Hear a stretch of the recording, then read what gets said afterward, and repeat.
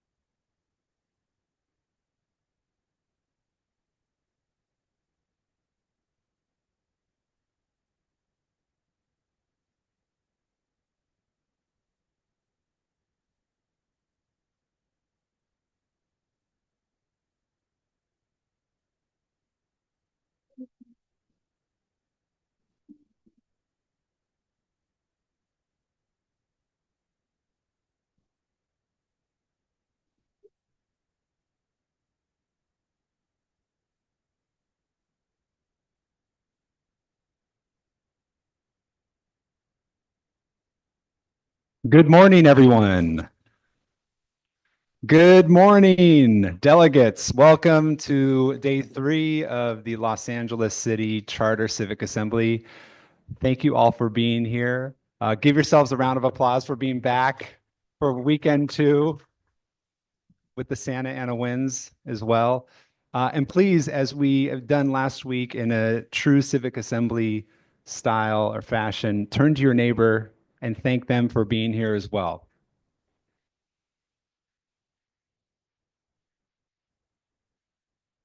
All right, so we're going to get started here.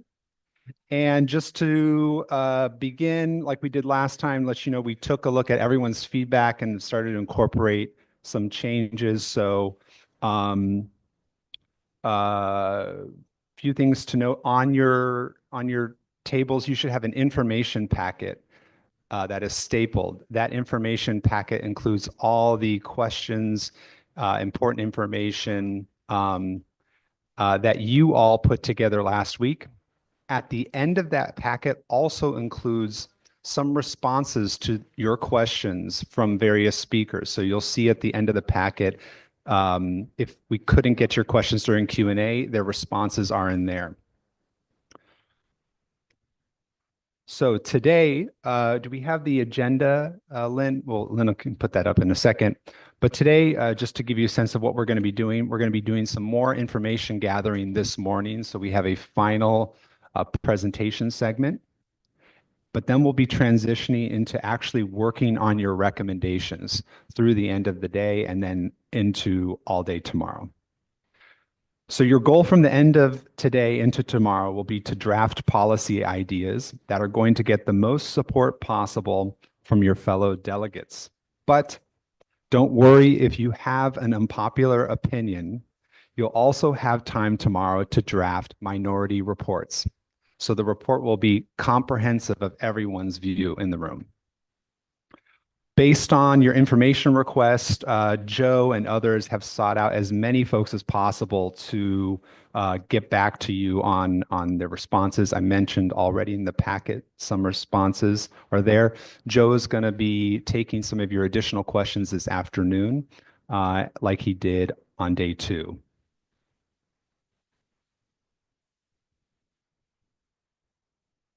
Okay, and I would like to introduce, we have a few new moderators. So if the new moderators can please stand, come forward just so folks in the room can see and just wave. Yes, new moderators who will be introducing themselves to you shortly.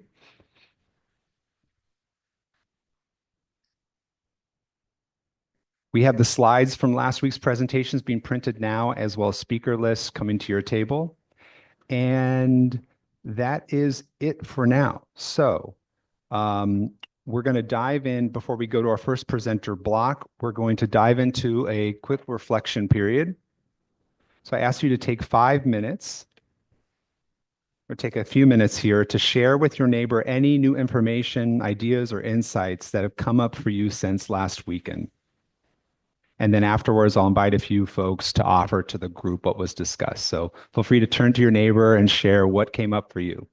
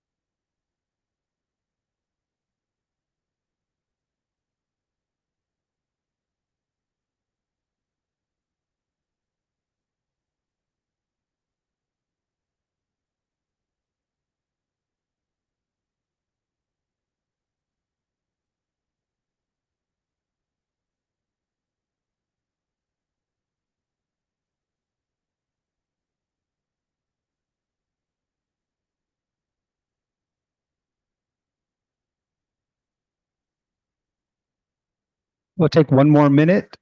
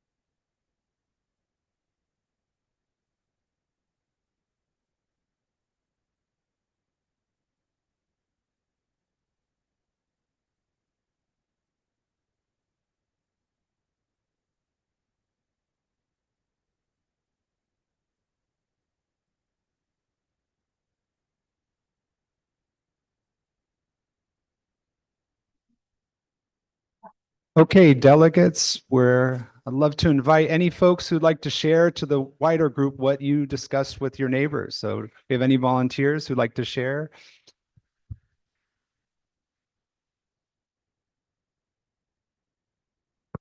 clap once if you can hear me.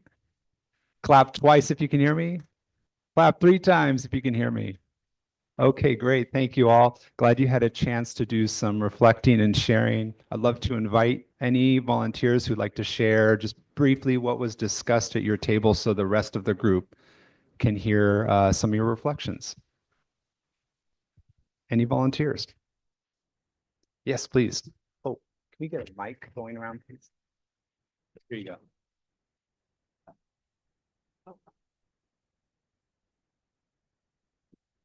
I guess we're gonna go around this table. Um, but some things that we heard last week was that having smaller districts can make it more democratic and cheaper to run a campaign for city council. So that was a new fact that we learned. Something else that I learned last week was that the mayor elects the people on the ethics commission. And personally, I thought that was kind of not controversial because I felt like the mayor's already within um the system. So why is he electing people who evaluate the performance of the city council. So you guys. Great. Any other tables?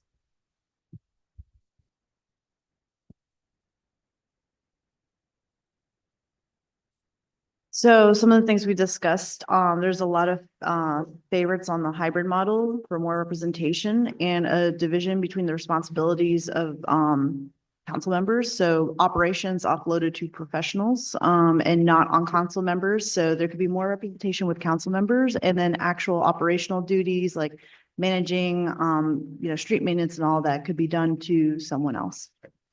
Okay. Can we do one or two more? Folks?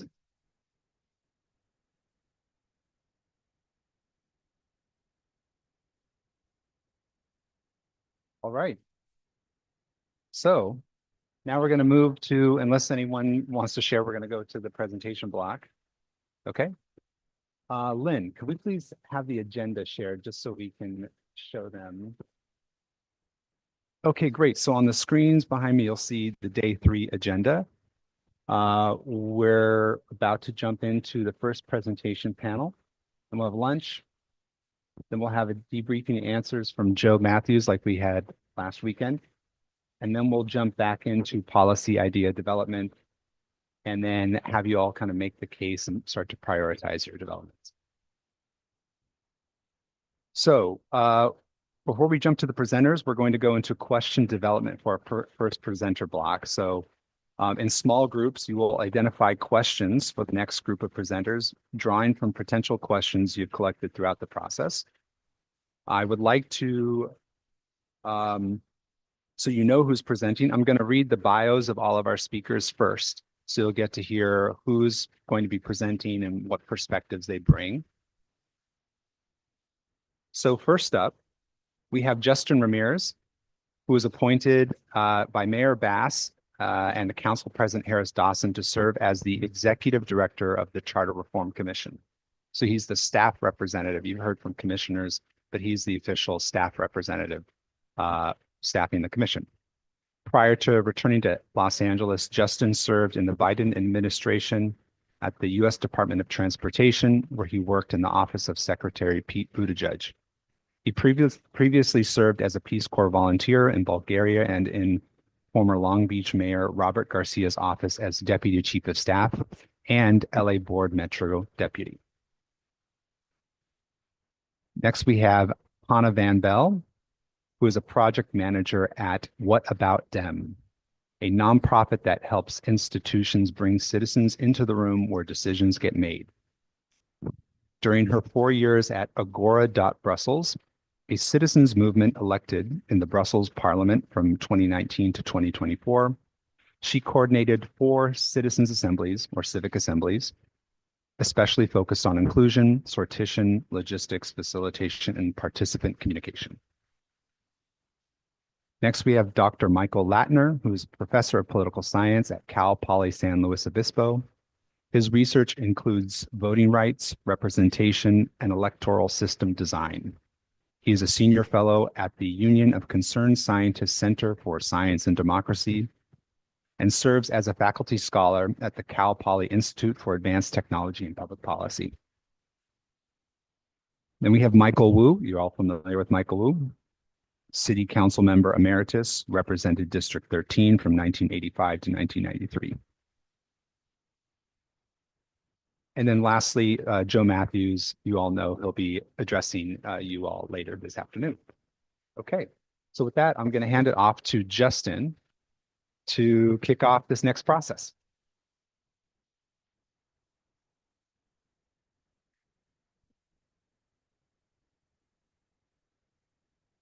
Thank you, Mike. Hey, everyone. Good morning again. Hello. Good to see you. Just a reminder, my name is Justin Reedy. I'm with Healthy Democracy, one of the organizations that's working to organize the Civic Assembly. So I'm one of your process advisors. I sort of disappeared doing other odd jobs last Sunday, so you didn't see me as much, but I've been trying to say hi to everybody this morning. So good to see you all here again this morning. So we have this list of, oh, could we get the list back up, please? Yeah. This list of speakers here that we've also, there's a a paper copy of this being handed around. So there should be one copy per table. Feel free to share, and we can leave this up as well. I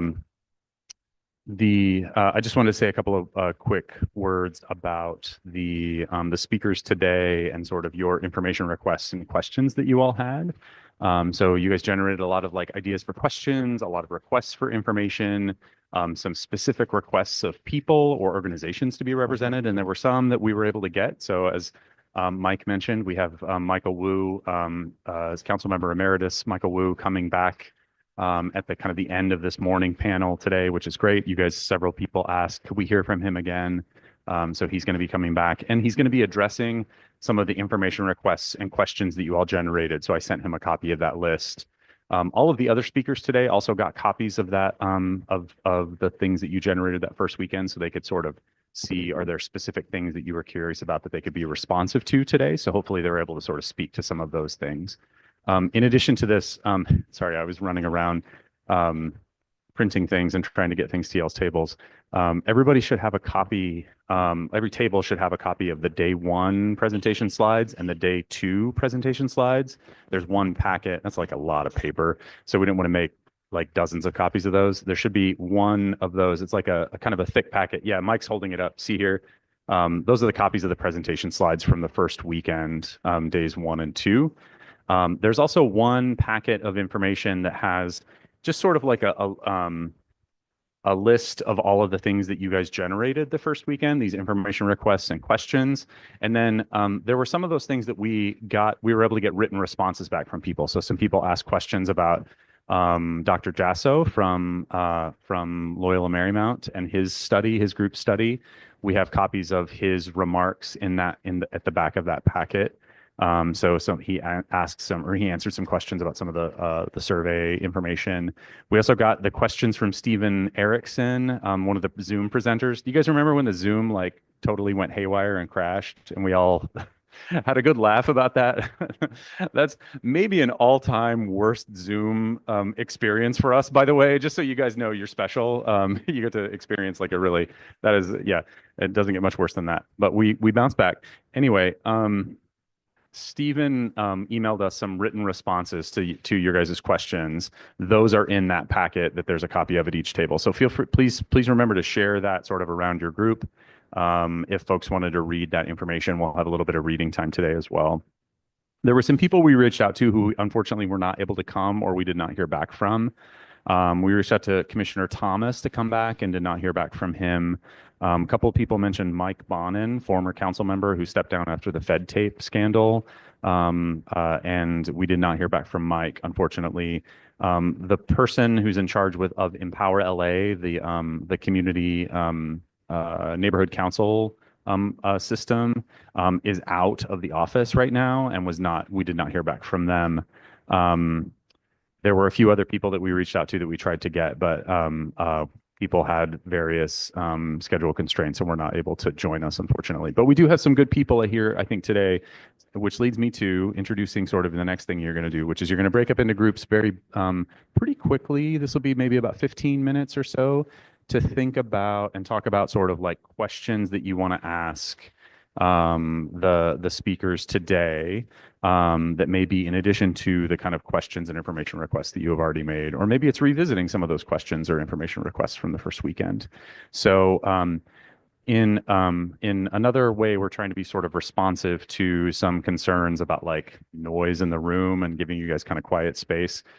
We're going to have 3 groups out of the 7 small groups that we're working in today meet in the breakout rooms out in the hallway here. Those rooms there's a big green sticky note with the group number. So it sort of goes like group 2 is kind of over here by the kitchen. Group 5 is like right across the hall. And then group 7 is like next to that. So sort of like behind that wall, basically. So look for that green sticky note. Those of you who have a table tent that has a number 7 on it, you guys are going to go into our group 7. So that's not going to be sort of we're not taking volunteers for that. We went ahead and assigned people to that. So if you're in group 1, 3, 4, or 6, you're just staying at your table unless you have a 7 on your table tent. Groups, if you've got a 7 on your table tent, no matter where you are, you're going to group number 7, which is across the hall. And if you're in group 2 or sorry, did I get these numbers right? Group 2 and 5. Yes, yeah, okay. I almost said group 2 and 4, and then I was like, wait a minute, that's not right. Group 2 and 5. So these two middle tables here, you guys are going to go across the hall as well. So look for your group there. And I'll go ahead and send you that way. Group moderators, please meet up with your groups. Okay. Thank you all.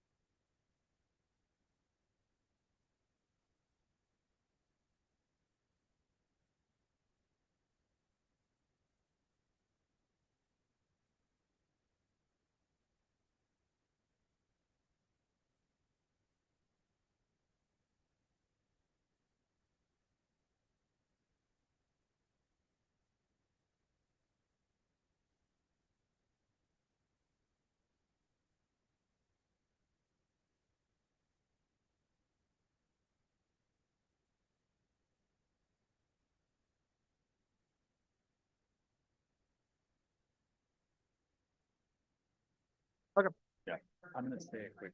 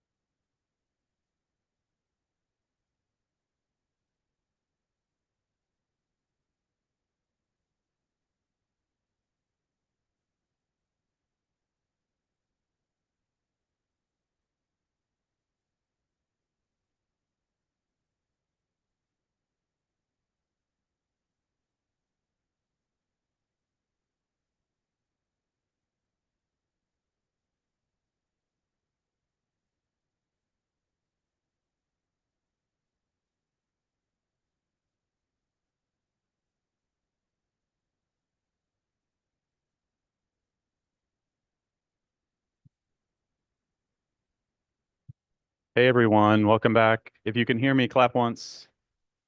If you can hear me, clap twice. Okay, that's pretty good. If I could get people in the back of the room who are talking, could you guys please quiet down? Everybody in the public gallery. Roman, could you please stop talking? Everybody in the public gallery.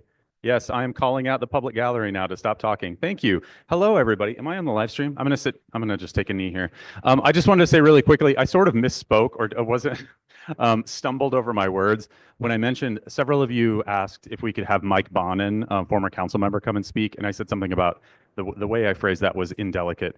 Mike Bonin was a council member, was discussed on the Fed tape and chose not to run for re-election after that. So he was not like implicated in that scandal. He was actually like, I think, the subject of that scandal. This is me as an out-of-towner, so I apologize and also just misspoke. I'm going to hand it off to Mike real quick to introduce our next speaker. Thank you, Justin. Okay, so first up, we have Justin Ramirez, who's a Hollywood resident and was appointed in April of 2025 by Mayor Bass and Council President Harris Dawson to serve as the Executive Director of the Charter Reform Commission. Prior to returning to Los Angeles, Justin served in the Biden administration at the U.S. Department of Transportation, where he worked in the office of Secretary Pete Buttigieg. He previously served as a Peace Corps volunteer in Bulgaria and in former Long Beach Mayor Robert Garcia's office as Deputy Chief of Staff and LA Metro Board Deputy. Please join me in welcoming Justin Ramirez. Thank you so much.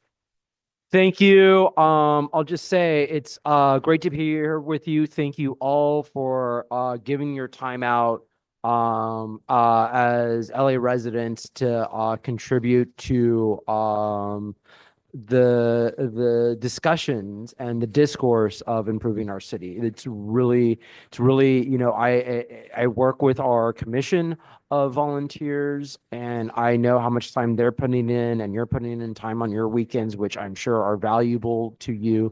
So just want to start with saying thank you so much for being a part of this and caring for our great little city here.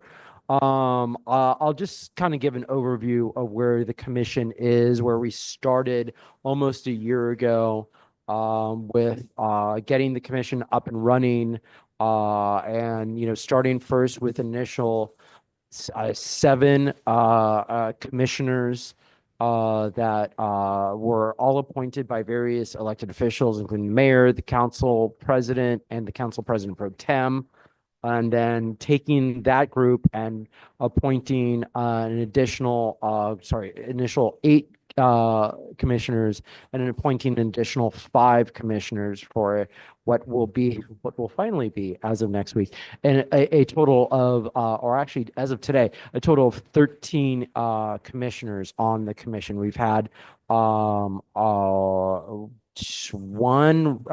resignation in this time. And so we are finally going to be up to 13 commissioners. So we're really, really excited that over this time, the commission has had gosh, it's going to be almost 50 meetings as of today that this commission has had since May. 50 meetings, and a lot of those have happened across the city. We, had a goal of having one meeting in each of the 15 council districts, and we're about to have our number 15 here soon in the next week or two before we close out. So we're excited about meeting that goal.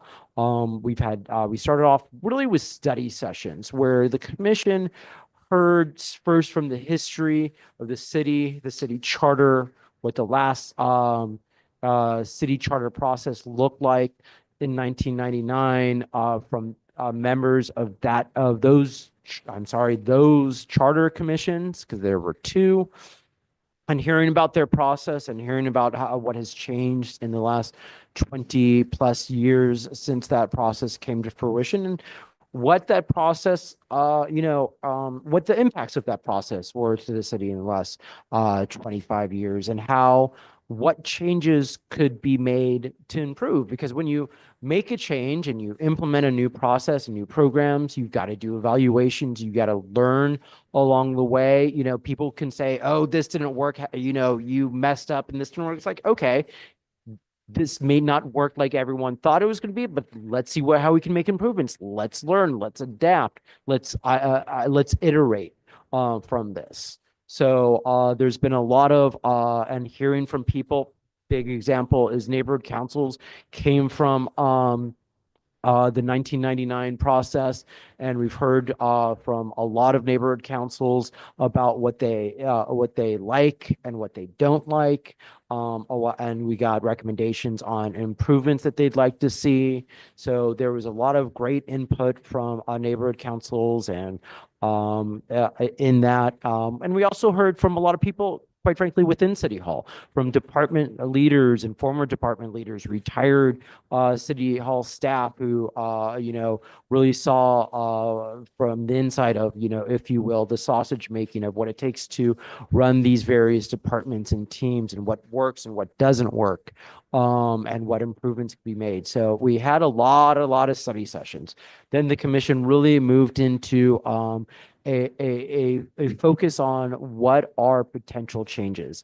The commission broke up into 4 committees, and those committees were divided onto subject matter areas. Infrastructure and planning being one, number 2, government structure, number 3, better government, and number 4, personnel and budget.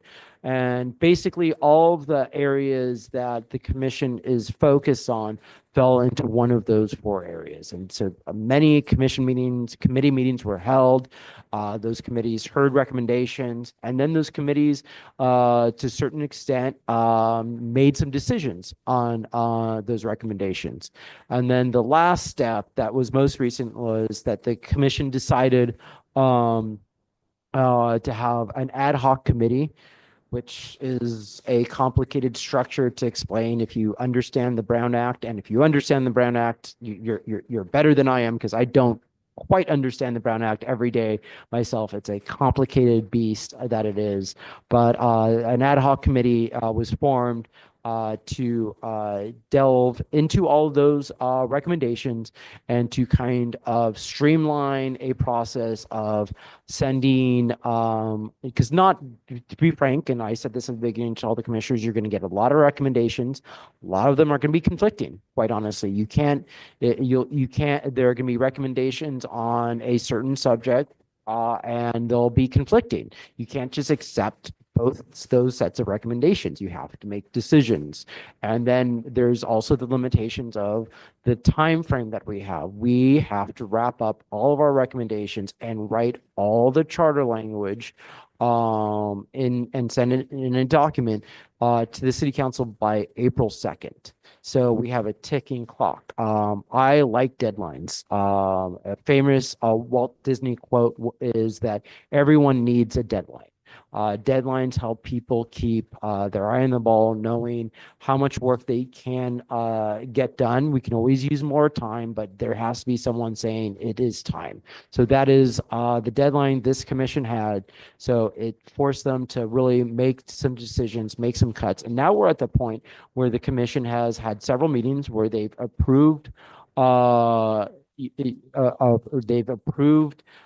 ideas, concepts, and proposals to move to charter language. And on Tuesday, this coming Tuesday, the commission will be considering a set of charter changes, official charter changes, red line changes that will go into this report that will be sent to council. So, and every week, so the commission is now meeting Tuesdays and Thursdays throughout this month. They started doing that a couple weeks ago, and every meeting they'll be approving charter language or considering and hopefully approving charter language to go into that report. So we're in the final stretch. On the staff side, there are 4 full-time staff members, plus we're working with all the city departments, most closely also working with the city attorney's office, who's helping us do these final red line changes and everything to make sure everything lines up. As most of you probably heard about the county's process that ended up going to the voters, being approved by the voters for their charter, and ended up having a very large mistake in it. So we're trying to avoid that by having this very open process and making sure everyone's eyes on it. So it's exciting, especially exciting now that the commission has really made these tough decisions and are making these recommendations. So that's where we are, and we're looking forward to hearing your how your process has gone and hearing your recommendations in this next week. So that's enough for me speaking. Happy to take your questions and hear more from you.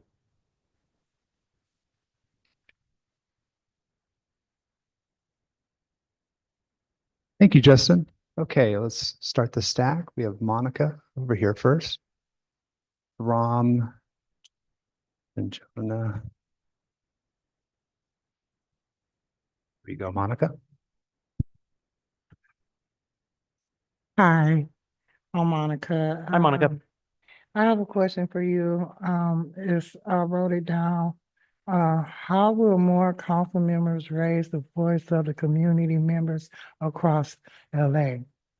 That's a really good question. I've heard you all have been talking about that as well. I think it's pretty well known that the city of LA currently has 15 council members, and those council members represent more people in their district than any council member in America. Any council member in America. I think about the thousands and thousands and thousands of cities that have, council members, and no one represents more people than the city of LA. So just, it's way you frame it. Do people want more elected officials? No. Do people want more representation? Yes. Do people want a bigger city council? No. Do people want their council member living closer to them? Yes.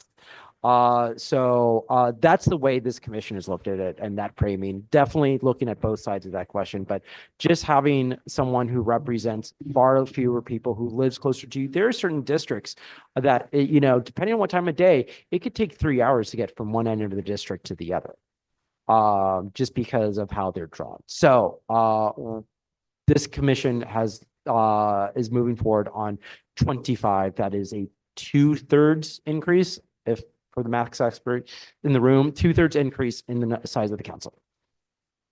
Thank you, Monica. Next up, we have Ram. I'd like to know more about how you came to the decision of 25 Sure. versus 23 or 27. If there was electoral possibility, if the issues of what's electable was involved in that, not just what is best for the city, but Yeah. what can pass. And then in along those lines, in a vacuum where you're building a completely new city and there are no council members now, it basically, were you thinking of 15 to the current number, or just what's the best for this city? And we talk about that. Yeah, I think I'll start with the end. I think they definitely started with the discussion of we have 15 now. what's an improvement. And you know, again, they definitely looked at the range and looked at other cities, including that fact that you have New York, which is bigger than LA with 51, Chicago, which is smaller than LA with 50, and said, okay, we see that. I think there was definitely some community members that wanted to go that big, but there wasn't a lot of like desire on the commission to go that big. So the range started to look in the 20s, and that's where a lot of and the discussion, definitely there were some commissioners who were like, we've got to approve what we think council will actually approve. There were some commissioners who said, I don't care what we think. This should be just what we think is best for the city. So it was a discussion around that. But both sides definitely agreed more was better. And it was just trying to, initially they were looking at 23, there's a little movement for 29.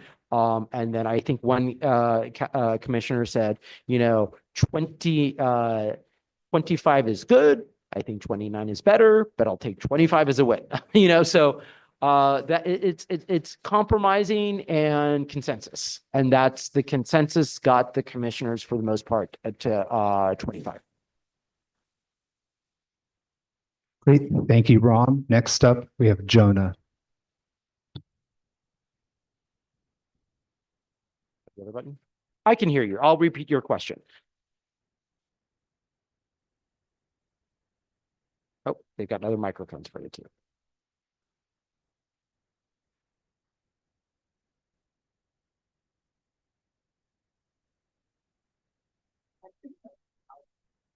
Yeah.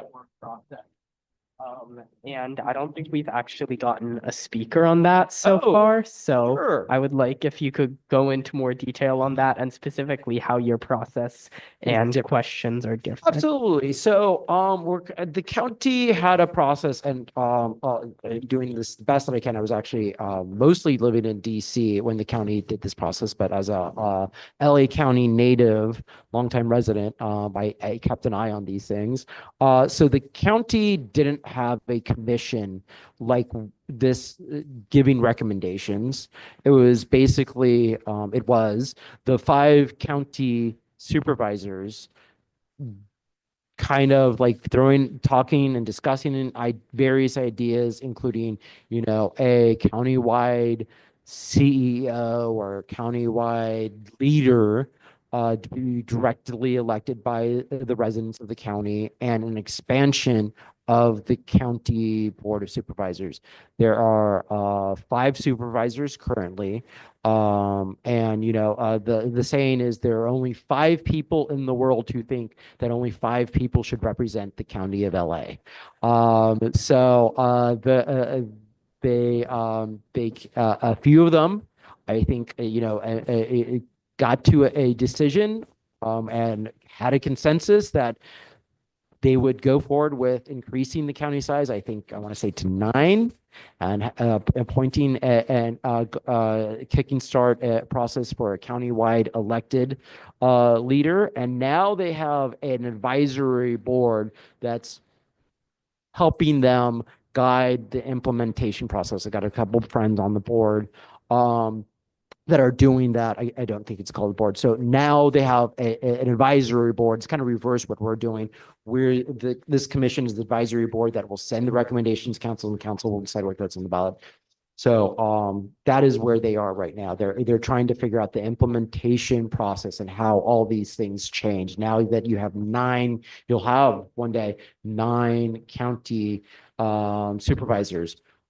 What else changes to have to be made to make that work? Thank you, Jonah. Next, we have Janet. I think you alluded to this a little bit in your answer to Ron, but in our group, we went back and forth a little bit on how important it is to be realistic in our recommendation to Yeah. the city council versus how idealistic we should be. So in your opinion, how important is it that we come forward with a recommendation that we think the city council would approve of versus not? You know, you've got to, sometimes I like saying, shoot for the stars, settle for the moon. It's, you know, it's a tough decision to make. Sometimes you know, especially there are a couple caveats on council size. The argument has been, I know none of these council members are going to want to give up, power, go from 1 of 15 to 1 of 25, but most likely, mathematically, statistically, none of these council members will be on a large city council, because this won't be implemented until the next redistricting process after the next census in the next decade. So these council members are also making decisions based on what will affect the next generation of leadership at the city council. So it won't as much affect them. So that kind of gives you maybe a little bit of a freer hand. So that discussion was part of the process that the commission. It's just hard. And then it's also the next step of the process. After this commission sends its recommendations, commissioners are going to be going directly to council members and selling, and going directly to the public, and working with advocates and helping to sell these package of reforms. So it's going to be a little bit of the footwork after the package goes, whether or not they're idealistic or pragmatic. Either way, there's going to have to be some selling to the council. Thank you, Janet. Next, we have Kelsey.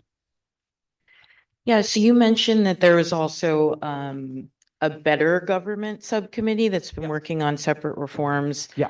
I'm curious if you could share any highlights from some of the things that they've been working on, especially as it relates to, say, corruption on the council or oversight of the council. Yeah, so the better government, aka ethics, subject area, has one of the biggest changes that they've put forward is creating a new empowered inspector general office who will have more authority to look into cases of corruption and look into the ability to look at programs and budgets and audit.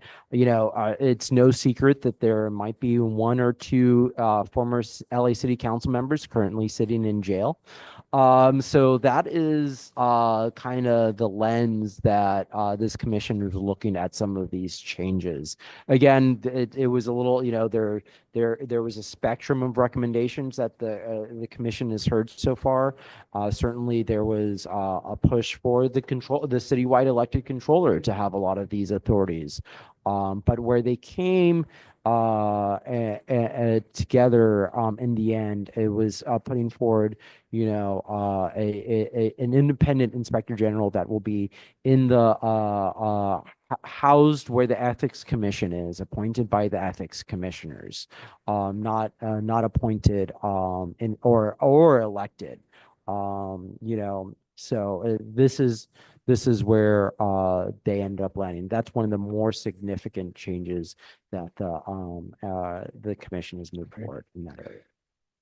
Thank you, Kelsey. Next up, we have Allison.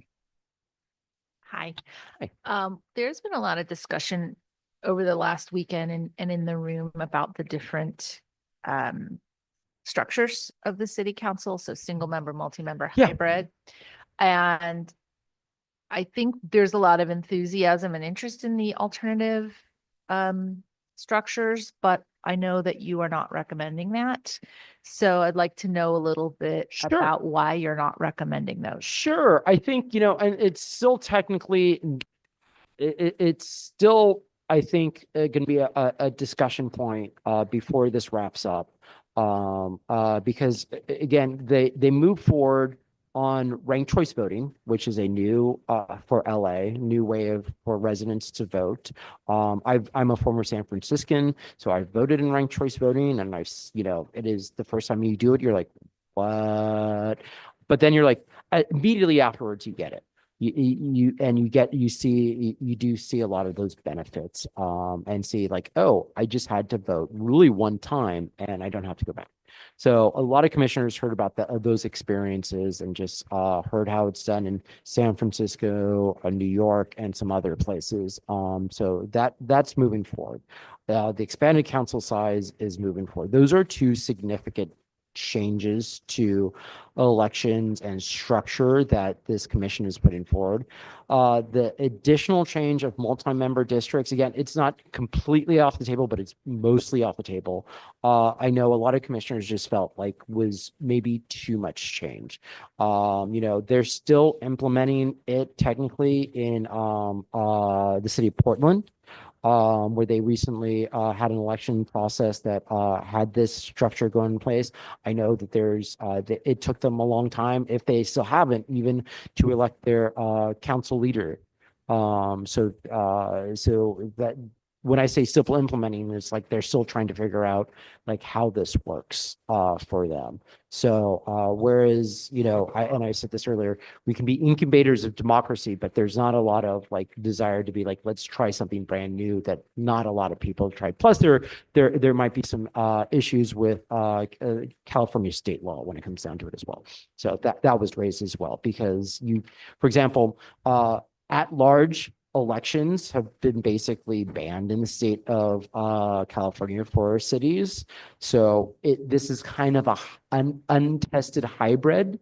I am a lawyer by training. I think it's ripe for, if it gets passed, for legal challenge. I don't know where that legal challenge ends, because I said it is untested in California, but I think it would definitely have potential for legal challenge. Great. Thank you, Allison. We have 2 minutes remaining. So just a reminder to the delegates and the presenter to please keep your comments concise. Over to Robert. Hi, thanks for coming out today. I just have a brief question. So in your own opinion and knowledge, why do you think it's been over 100 years, a full century, since a increase in the board member size? Just a brief question. Sure.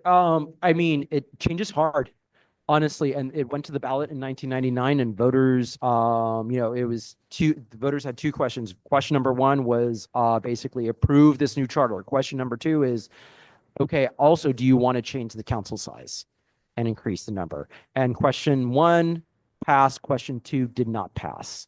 And the county has battled this over the years as well, and it finally passed. Polling has been bad on this for a long time, but it's only gotten better lately, the last couple of years, I think in large part because of the Fed Tate's situation. And people saw, this fight for power, and they thought like, well, we need to dilute that power a little bit. So I think it like a lot of things in life, timing is everything. And I think the timing might just line up this time. Great. Thank you, Robert. I'm going to go to Santiago for our final question. Okay. Given your extensive civic background, can you provide real-world examples of how city council decisions are made? Oh, real world examples of how decisions are made, like on a daily basis. Well, so I had the pleasure of working for Long Beach City Council Mayor, Long Beach City Mayor Robert Garcia, in some tough times, including during the pandemic, and when our world got turned upside down, most literally. And, those daily decisions of like opening and closing an entire economy. It just, that's what cities sometimes have to do in moments of crisis, to the basics of like, let's improve how we fund and build parks, and making sure that there's equity in parks, and making sure that there's equity in how we fund certain programs, to keeping the lights on street lights. Those decisions are made daily by, these elected officials. Every city does it a little different. Long Beach itself is a hybrid of a city manager, strong mayor structure. LA is a strong mayor. Sacramento, our state's capital, is a city manager, strong hybrid system as well. And then smaller cities like Santa Monica or West Hollywood are city manager strong cities. So everyone does it a little differently. And it's just interesting to see how they interact with residents more so than per se the federal government experience. Great. Let's give Justin a round of applause. Thank you for joining us. Thank you. Again, thank you so much for doing this and spending your time here and contributing. Looking forward to hearing the results. Thank you. And we have to now switch over to our Zoom presenter. So Lynn has asked for just a few moments to do that. If you had a question, let me see. I'm going to see if Justin's going to be here for a few more moments. Maybe those folks who have questions can ask him. But feel free to talk among your group.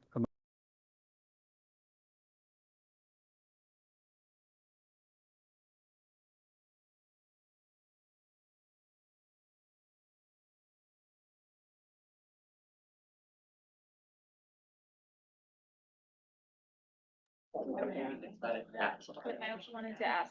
We represent. Hey man,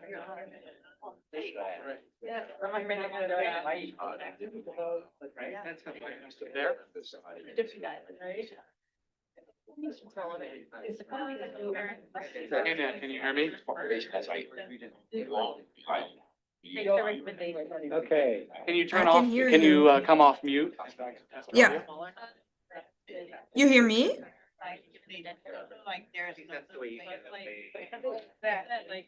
Do you hear me well? There we go. I think we got you. Okay, awesome. Saying like, no, we can keep it like this, not everything is coming out like we. We have our next speaker here, and just a heads up for our Zoom speakers, we're not going to be using our mics. So when we go to Q&A, I'll ask you to speak up, and the mics up here, I think will capture your question, and we'll also ask the speaker to repeat the question so it's heard on our broadcast. So Okay. next, we have Hannah Van Bell, who is a project manager at What About Them, a nonprofit that helps institutions bring citizens into the room where decisions get made. During her 4 years at Agora.Brussels, a citizens movement elected in the Brussels Parliament from 2019 to 2024, she coordinated 4 civic assemblies, especially focused on inclusion, sortition, logistics, facilitation, and participant communication. Please join me in welcoming Hannah Van Bell. Hello.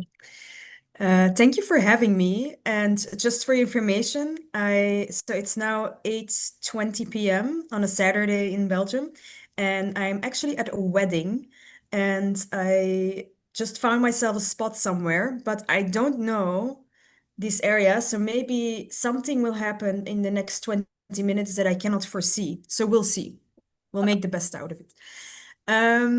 Yeah, I was asked to present you the mixed deliberative commissions that happen in Brussels. So is the timing still the same? 8 minutes presentation, 10 minutes Q&A? Yeah, 8-minute presentation. Okay, cool. I will go to my presentation. I will not see you, but I will hear you. So tell me when there's something, yeah, when I need to know something. So We'll give you 5-minute and 2-minute warning. Yeah, awesome. Thank you. So let's see. Am I presenting? Wait, I have to press present, of course. Okay, do you see it now in like a nice screen? Yeah. Awesome. I can actually see you still, so that's great. Yeah, so this is about the Brussels deliberative committees. I also timed myself. That we are holding at the Brussels Parliament, so the Brussels Regional Parliament. We have a lot of parliaments in Belgium, you might know this or not, sometimes too many parliaments, but we're doing this at the Brussels Parliament. So why am I presenting this to you? So as you know, trust in institutions is at record lows, citizens feel excluded, and traditionally, like, yeah, we need to find new tools. And around the world, deliberative democracy is booming. It's also at a low right now as well. And a lot of things are being tested, just like you in LA are doing this at the moment.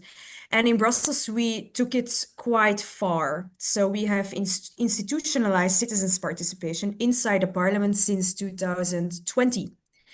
And I will tell you a bit more about that.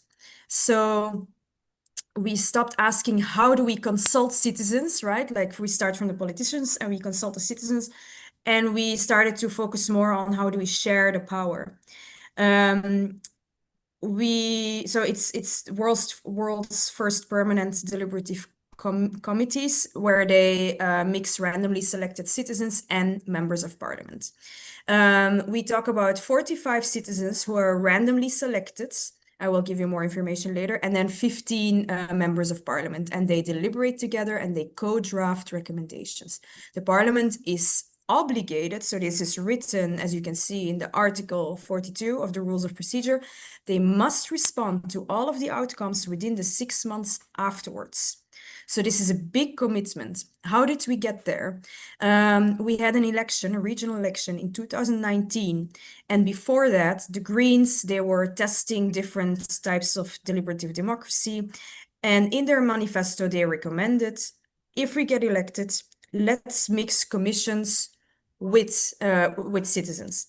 The Greens joined the coalition, so it worked. And so they put it in the government agreement.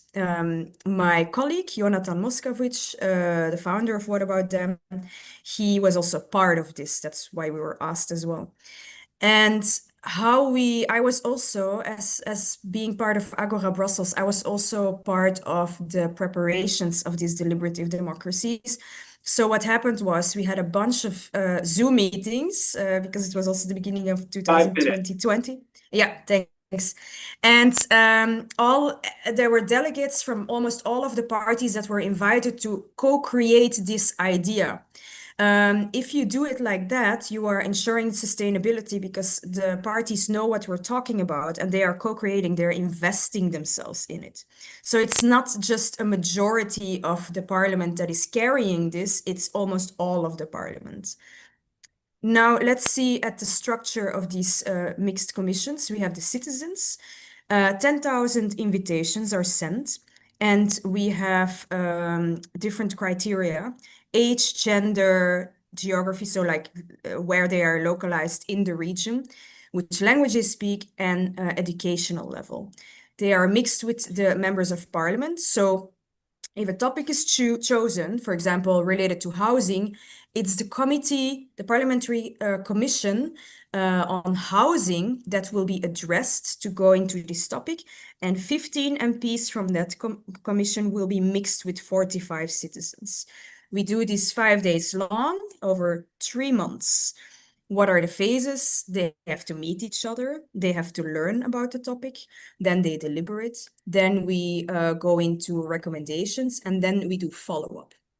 The citizens, they vote by secret ballot, so they can be anonymous, and the MPs, because they always have visible voting, they vote publicly. The follow-up, it's mandatory for the parliament to respond publicly and to make a report of progress. Here you see a bit more in detail how it works. What is very essential, this is institutionalized. So it's not just, we're gonna organize this mixed commission now and then we'll see what happens afterwards. We ensure diversity and representation. I saw in your questions that I got sent that there were some questions about, how can we make our council more representative? This is possible.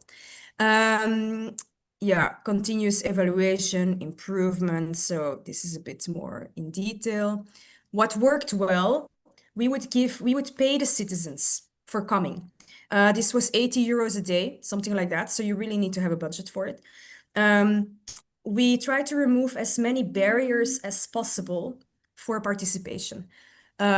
Single parents, right? We take care of childcare, transport, meals, all of these things, accessibility for people in a wheelchair.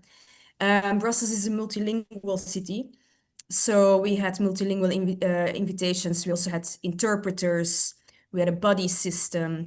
A lot of energy is being put in inclusion and in neutral facilitation because you also need that. Sorry?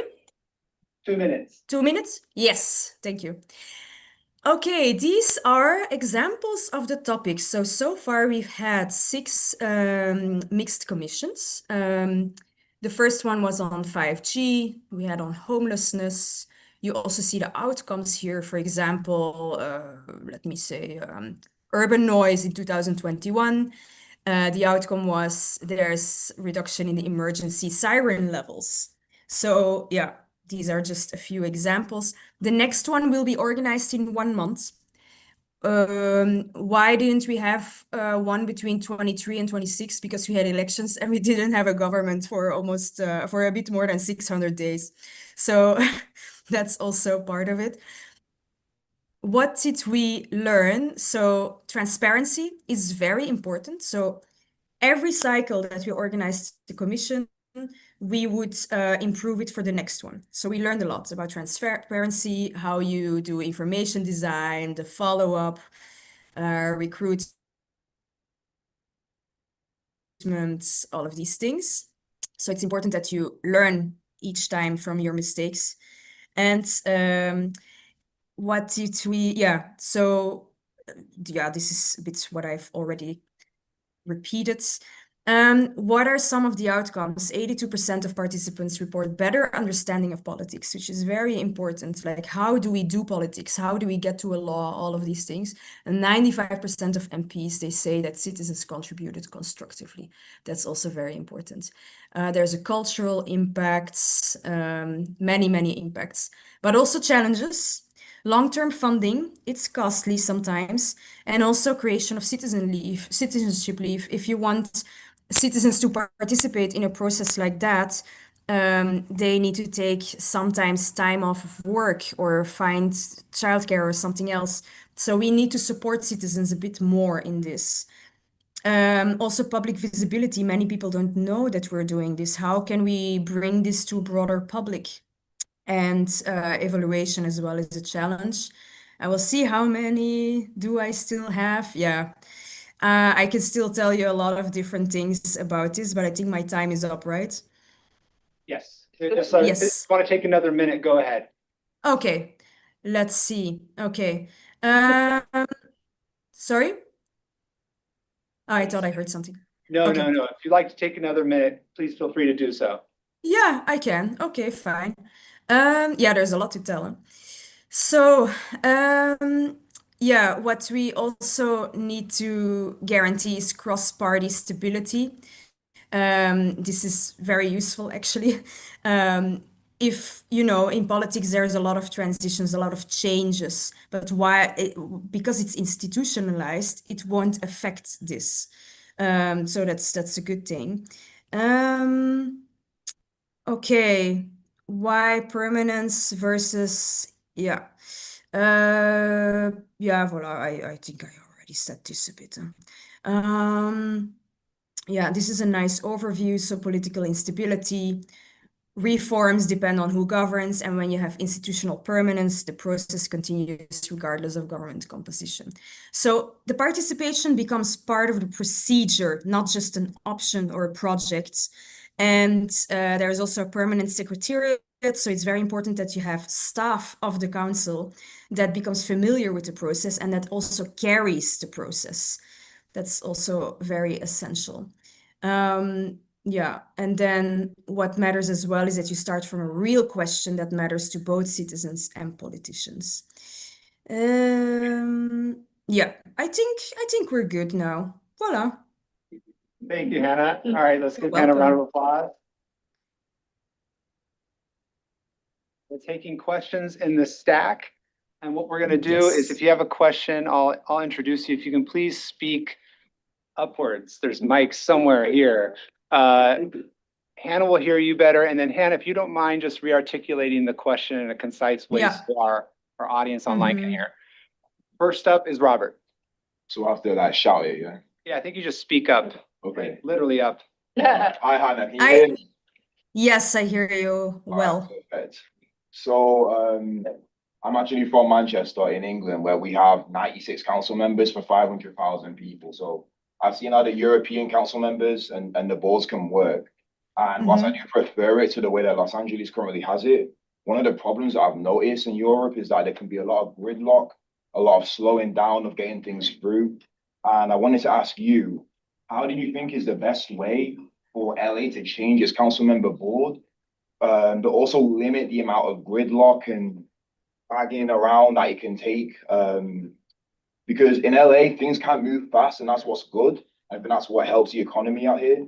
But at the same time, obviously, we need to change it. So how do we change it? How do we make it more effective? How do we have more community representation without having all the gridlock and all of the delay that we do see in Europe, to be fair? I think that's a good point to bring up, because in Europe, there can be a lot of deliberation. Thank you, Robert. Yeah, so if I understand you well, you want to know how you can reform the LA Council to make it more efficient and to kind of evade the gridlock? Effectively, like, where's like the sweet point? Where's like the Goldilocks bed where we can have more community representation, more council members, but also avoid the gridlock that comes with obviously having more representation and more like, council member boards at the same time. Do you know what I mean? Yeah.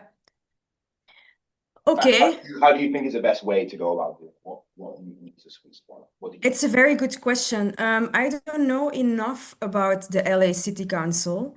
And also, this is very cultural, right? In the US, things function differently than here in Europe.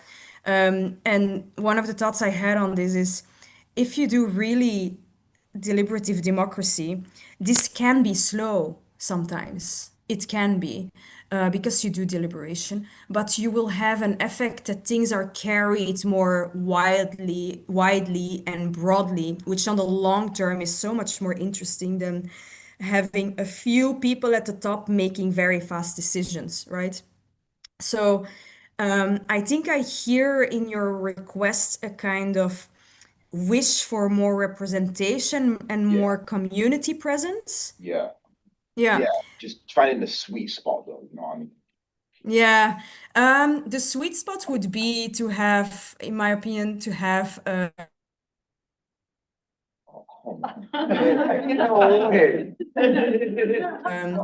small amount of selected.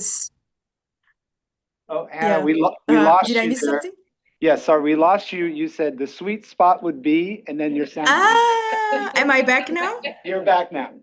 Oh, now you missed it. Do I really have to repeat it? No, no. Yeah, I think the sweet spot would be to have a small amount of randomly selected citizens where you use certain criteria to guarantee representation. Because if you have a very big amount, you have more deliberation and it will be slower, which affects the efficiency that you are wishing for. So I would work with a smaller amount of citizens. I don't know if that kind of responds to your question, but if you want more representation of community, and also I saw in one of your questions, we don't want so many career politicians, we want fewer politicians and we want more representation, then, but you also want efficiency, then go for a small amount of randomly selected citizens. Thank you, Robert. Next up, we have Kathleen. Can you hear me? Yes. Okay. This is just for me to get an idea of concrete numbers. So you mentioned kind of briefly at one point you had elections, and so there was no process going that time. What was the time of that period? Because there was a shift of power. And then another follow-up question is, what is the turnaround from there's a policy issue that needs to be discussed all the way to the solution that it goes to the government's table? Just because I understand like there is a period within 6 months they have to report if it's been executed, but I just want to know the time scale for those two things. Okay, so your first question is about the shift of power between elections. And the second question I didn't fully understand. So you want to know how long it takes between the results of the mixed commissions and the actual outcome. Is it that? Before it gets to the government, like for example, let me give you a concrete example, like bike lanes. All right, let's say we're gonna go bike lanes in the city of Los Angeles. Topic comes up, start the clock on we're picking the random people, right? And then the clock ends when the decision goes to the table of the government. What is the time for that? Yeah, that's a very good question. Okay, so the first one, we had elections in 2024 for the region.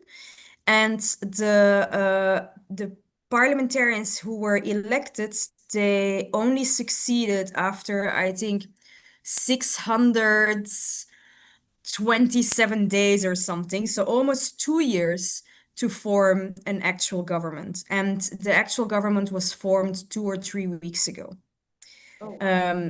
Yes, but this is not an uncommon thing in Belgium, and still we manage to function. Okay. Yeah, it doesn't mean that there's no government governing. It means that we have the previous government just doing overtime. Okay. Yeah, yeah. But they don't make new legislation or new like far like things that go far. The second question, to be honest, I cannot give you a very good answer to that because I'm not familiar with the exact timings. The parliament has 6 months to respond to the outcome of the commissions. How long it takes to go to the government, I would say that really depends on the topic and how wide it is. For example, lowering the noise of the ambulances and the police cars and stuff, I don't think that took a long time. But if you talk about homelessness and all of these other topics, that might take a longer time. So I will have to check with my colleague about the exact timing, but I can send it to you in the coming hours if you want. Okay, thank you. You're welcome. Thank you, Kathleen. Up next, we have Camille. Can you hear me? Yes. What's the argument to convince members of parliament across parties to reduce their own power permanently? By framing it as you're gonna share power, but the vote of the citizens is not binding and yours is. You frame it like that. I think that's what works. First of all, it's in the preparation, right? You involve all of the parties to get on this boat. For some it will be very hard. We also noticed that, especially center right-wing parties, but also extreme left. They were not a big fan of it. But okay, you have patience and you keep on just talking about it, and you make sure that you, as an organizer, have enough power to put it in the agreements, in the core agreements. Second, by explaining the process, and so they know, okay, I will have to sit here with these citizens. I have to deal with them, but okay, I'm not losing my power in the sense of voting or something like that. So yeah, I think it depends really on the framing, and the fact that the citizens don't have a binding vote matters a lot.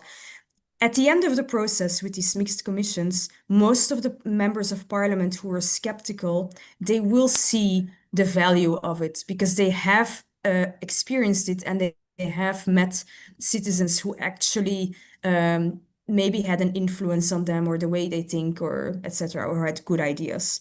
So it's also about humanity, I would say. Thank you, Camille. We have a minute remaining. Are there any final questions?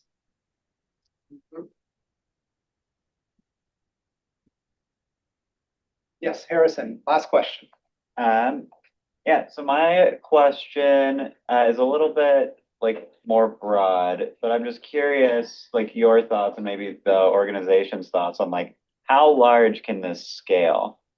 Brussels, I'm not sure the actual population, but I'm sure like most European countries, it has more MPs than LA City has, and better representation in that regards. But like, is there an upper limit for this sort of these deliberative communities? Like, is this something that has to be done at a city level, or is it something that can go larger to like applying to the US to a state or even a federal level? Yeah, that's a good question. So you're wondering about on which levels you can do this and how many people this maybe can be limited to. Is that your question? Yeah, like what's the, yeah. I mean, my immediate answer would be, let's see an experiment, right? But that's not a very academic answer. Yeah, I think you can definitely do this on the federal level. Of course, if I think about Belgium, it's a small country. If you do federal to you in the US, that would be a very different scope. But you can do this small scale um, if you would focus on a small topic. You don't need to make it very big when it comes to participation of people. Yeah, if you, of course, will have a citizen assembly on, I don't know, a controversial topic like weapon possession or not in the US, that's of course, yeah, a bit far-fetched. You know, we started in 2010 and 2011. One of the biggest ones was the G1000, which was a citizen assembly of 1,000 people. In the end, we had 800 people, but it worked. It was a big, giant experiment, but it did work. People got together and it had an impact. So I think it's very possible, and I don't think yeah, as long as you have, like the discussion tables shouldn't be more than 8 people per table, and you need at least one facilitator. So if you can multiply that by 10 or by 20, then it is possible. You just need to organize it really well. Thank you, Harrison. Let's give Hannah a round of applause for joining us. Once you get back to your wedding, there. Thank you so much.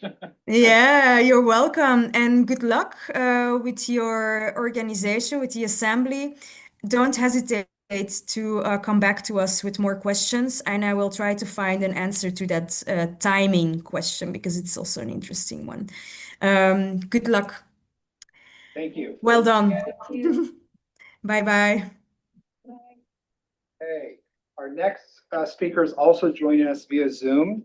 Dr. Michael Latner is a professor of political science at Cal Poly San Luis Obispo. His research interests include voting rights, representation, and electoral system design. He is a senior fellow at the Union of Concerned Scientists Center for Science and Democracy and serves as a faculty scholar at the Cal Poly Institute for Advanced Technology and Public Policy. Please join me in welcoming Dr. Latner. Hi, everyone. Thanks for having me and your time. A quick correction. I'm no longer with the Union of Concerned Scientists. I'm currently serving as Director of Research on Democratic Reform at Harvard Law School's Charles Hamilton Houston Institute. And I'm going to go ahead and get started with only 8 minutes to go. I'll be going fairly fast, but I hope to be able to answer some important questions. Starting briefly with why are we here, and the major problem that you're seeking to solve with electoral system reform is that LA's 15 single-member districts simply cannot represent LA's ethnic mosaic. Single seat districts themselves, right? Single member districts force ethnic and racial groups into zero-sum competition that incentivizes corruption. And of course, that's the real reason that the impetus for reform is now is because of the scandal involving racial gerrymandering and the city council members, several city council members attempting to entrench themselves in power at the expense of the city's Black population. Furthermore, I would add that single member districts themselves, because they require race conscious districting, that is carving out specific racial groups for representation, the United States Supreme Court is currently considering the constitutionality of race conscious districting in a case out of Louisiana. And so embracing and continuing to use single seat districts may invite future litigation. So I would strongly urge the group to consider that reality. LA has one of the smallest per capita city councils in the world, one of the most exclusive given its size compared to other global cities like New York or Rio, Chicago, Paris, Cape Town, and other municipalities. And so I'm going to very quickly just go into the fundamental trade-off that I think you face in designing a new city council.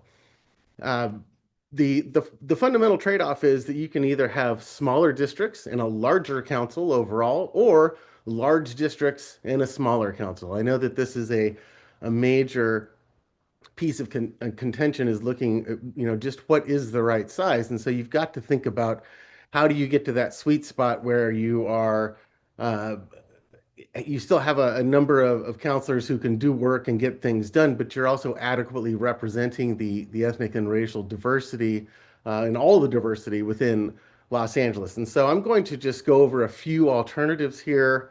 The mixed member system is something that the commission has already proposed. What I'm proposing here is something that is an improvement on the existing sort of at-large proposal. So the smallest districts you can have and still represent diversity within a district is a 3-seat district. So you might consider something like 10 3-seat districts and one 12-seat citywide or at-large district that gives you to a 37-seat council, for example. Or you could go with larger seat districts, so 5 seat districts and an 8-seat citywide district, right, for a 33-seat council. And what you're trying to do here is balance regional representation. So you want to be able to represent the diversity within specific communities within the city, but you use that citywide district to ensure overall proportionality in terms of representation. There are a lot of pros to these mixed member type systems. Berlin, London, Cape Town, a lot of cities use this type of system.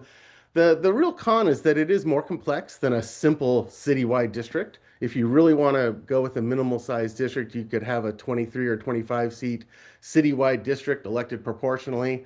Again, many cities, Amsterdam, Budapest, Rio, Prague, use this very model with, 45, 50, 60 members elected citywide.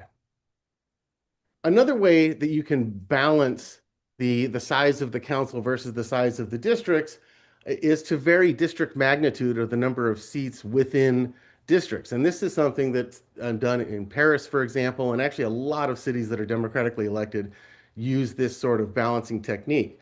What I'm showing you here is simply a markup of 9 districts that make up the city of Los Angeles, but you'll notice that they have different seats per district. So you've got some smaller districts like Brentwood or West LA.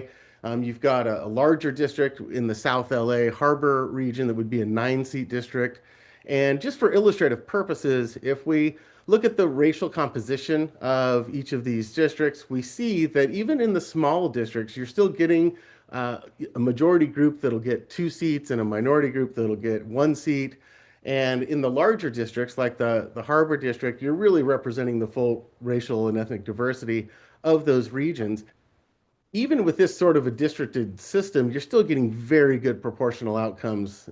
Just looking at the citizen voting age population here on the bottom, right, where the percentage of seats that goes to groups, right, here, supposing that they're voting as a block, you're getting very adequate and proportional representation. How does all this happen? Well, there are a lot of ways to structure ballots, and I'm sure that you've heard many examples. What I'm showing here is just what I think is the simplest way to get to a proportional outcome, and that's a simple nonpartisan list ballot. This is the most common form of ballot used in democracies around the world, and it really has the virtue of not changing very much from the voter's perspective, and that's very important when you're considering reform. So just like voters do now, voters just pick a candidate, right? A single candidate, and they vote for that candidate. What is different is that seats are allocated by list rather than by candidate vote share. And so a group of candidates can get together, decide to run on a list, or not. You can have ungrouped candidates. Australia has usually a group of lists that they call ungrouped at the end of the ballot. Because this is nonpartisan, you can't use party labels, but groups could be free to use advocacy labels. Here I've listed a housing coalition or small business coalition, or they could run on geographic labels, right? So a South Central group of candidates or something like that. Alternatively, you could just use generic group ballot structures, Group A, Group B, Group C, etc. The fundamental thing here is that it facilitates minority representation through a couple of means, right? If you look at the group of orange voters here, let's suppose that these are different racial groups, you could have a minority group that coalesces together and votes as a block, right? And they can get a seat. In this case, these voters would get the 3rd seat allocated from the list. The first seat, though, would go to this multiracial coalition, and it's because it gets the most votes, the right 3 votes, and so they are automatically allocated a seat. Who gets the seat? Well, it's the candidate that gets the most votes, right? But the orange voter here still contributes to the strength of the list and still receives representation, right? Similarly, the second seat would get allocated to the first listed candidate, and in the Small Business Alliance example here, the seat would actually go to the last listed candidate because that's the candidate that gets the most votes. And so this is a candidate-centered system. It's something that voters are pretty familiar with, and it would be fairly straightforward to implement from an administrative perspective in terms of certifying ballots and the like. Because I'm short on time, I'm just going to leave you with a couple of guidelines for reform. My strongest recommendation would be to not repeat the past. The reason that you're all here is because the current system perpetuates interracial conflict by only allowing one representative per district. As long as 40 years ago, when New York was last reforming its city council and moved from 35 seats to 51, then NAACP General Counsel Judith Reed was working with the Redistricting Commission, and she argued for proportional representation. She recognized the limits of single seat districts in a multiracial context, and that's 40 years ago. Be aware of your role in history. U.S. democracy is at a crossroads right now, and so I strongly suggest that you be aware of the importance of the decisions you're making. Second, I would say use all the tools in the toolbox, right? Don't just focus on the size of the assembly or the number of seats per district. Focus on the ballot structure. We haven't even talked about allocation formula. That's just the algorithm that converts votes into seats. But the California Supreme Court has already acknowledged in the PICO decision that there are proportional and semi-proportional multi-seat methods that can be used in California. So I think you're on pretty good legal ground there.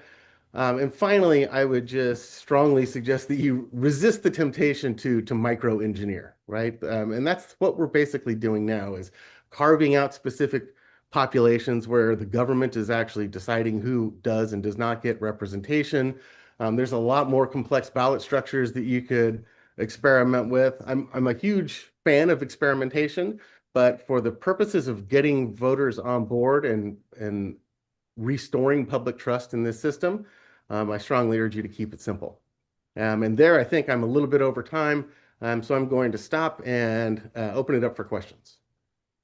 Okay, great. Thank you, Dr. Latner. We now have 10 minutes for questions. We just opened the question stack.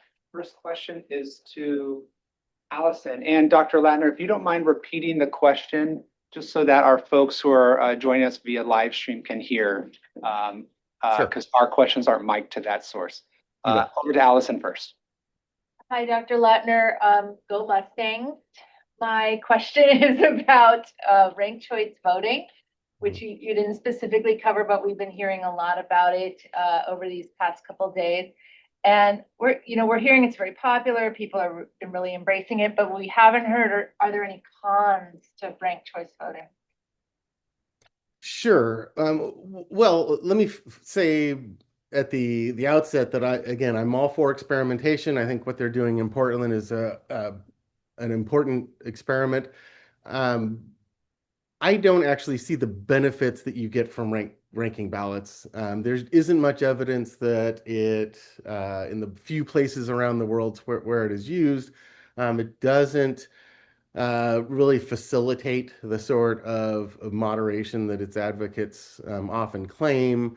And I think there are real concerns with giving people control over everyone else's vote, right? I mean, one of the benefits of a simple list system, like I illustrated, is that if a group can meet a quotient for a seat, then they get it, and they don't have to depend on other groups' votes, and they, more importantly, don't have to depend necessarily on the votes of those who they might be opposed to. And if you have a racially polarized system, that can be a real problem for racial minorities. And so a simple list system doesn't change much for voters.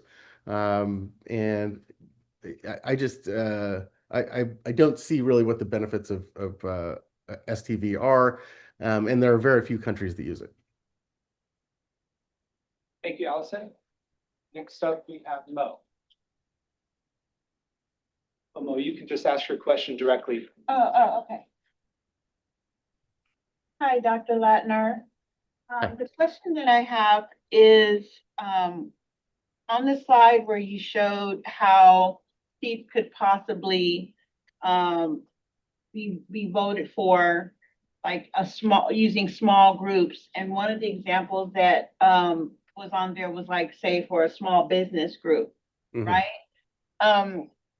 With that, wouldn't that open the door for like corporate interest? Because anybody can be under the guise of a small group. And that would cause, again, some of the same problems that we're seeing that you seem to be highlighting, is that racial inequity and, things of that nature. Wouldn't that open the door for more of that? Sure. So the question has to do with list labels and how groups of candidates represent themselves on a ballot. I would say that if you look at your average nonpartisan ballot, the number of people that label themselves small business owner is going to be one of the top things, right? I mean, it is already part of non-partisan ballots. And furthermore, the Chamber of Commerce, right? The LA Chamber, all city chambers typically will back particular candidates. I think this just makes it transparent. And there are alternatives, right? So if your group is fighting for affordable housing, then you label yourselves the Affordable Housing Coalition, right? And people have a good idea of what small business means. So I think that's my dog, Bruno. He wants to say hello. So I think that more transparency is actually better, and giving voters a signal as to who they're voting for is an improvement over the current system.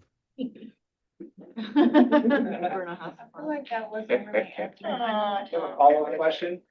Yeah, I just wanted to follow up because I get that side of it. But my question was more of, do you think that would open the door for more corporate or special interest groups that would be under the guise of something else? Special interest groups that wouldn't be healthy for the public benefit is what I'm saying. Sure. Okay. Yeah. So just to reiterate the question, would a list system allow special interests or elite interests to use a label that might gather them support so that they have more influence over the system? Honestly, I don't know of a city council where there is more corporate influence than the current city council. When you have that few seats, and those incumbents are in largely non-competitive elections, one of the real benefits of having a multi-seat proportional system is that it's far more competitive. And you have much higher turnout on average because every seat is highly competed for. And with regard to influence, one of the real benefits of having multiple groups and reflecting the full diversity of a city is that to the question that was raised earlier about gridlock and slowing things down, when you actually have everyone represented in a city council, legislation tends to flow more fluidly because everything is made up of coalitions, right? And so if there's one coalition that's unwilling to budge, there's always someone else to make a deal with. And that actually is part of how democracy is supposed to work. And so having everyone represented actually reduces the influence of special interest.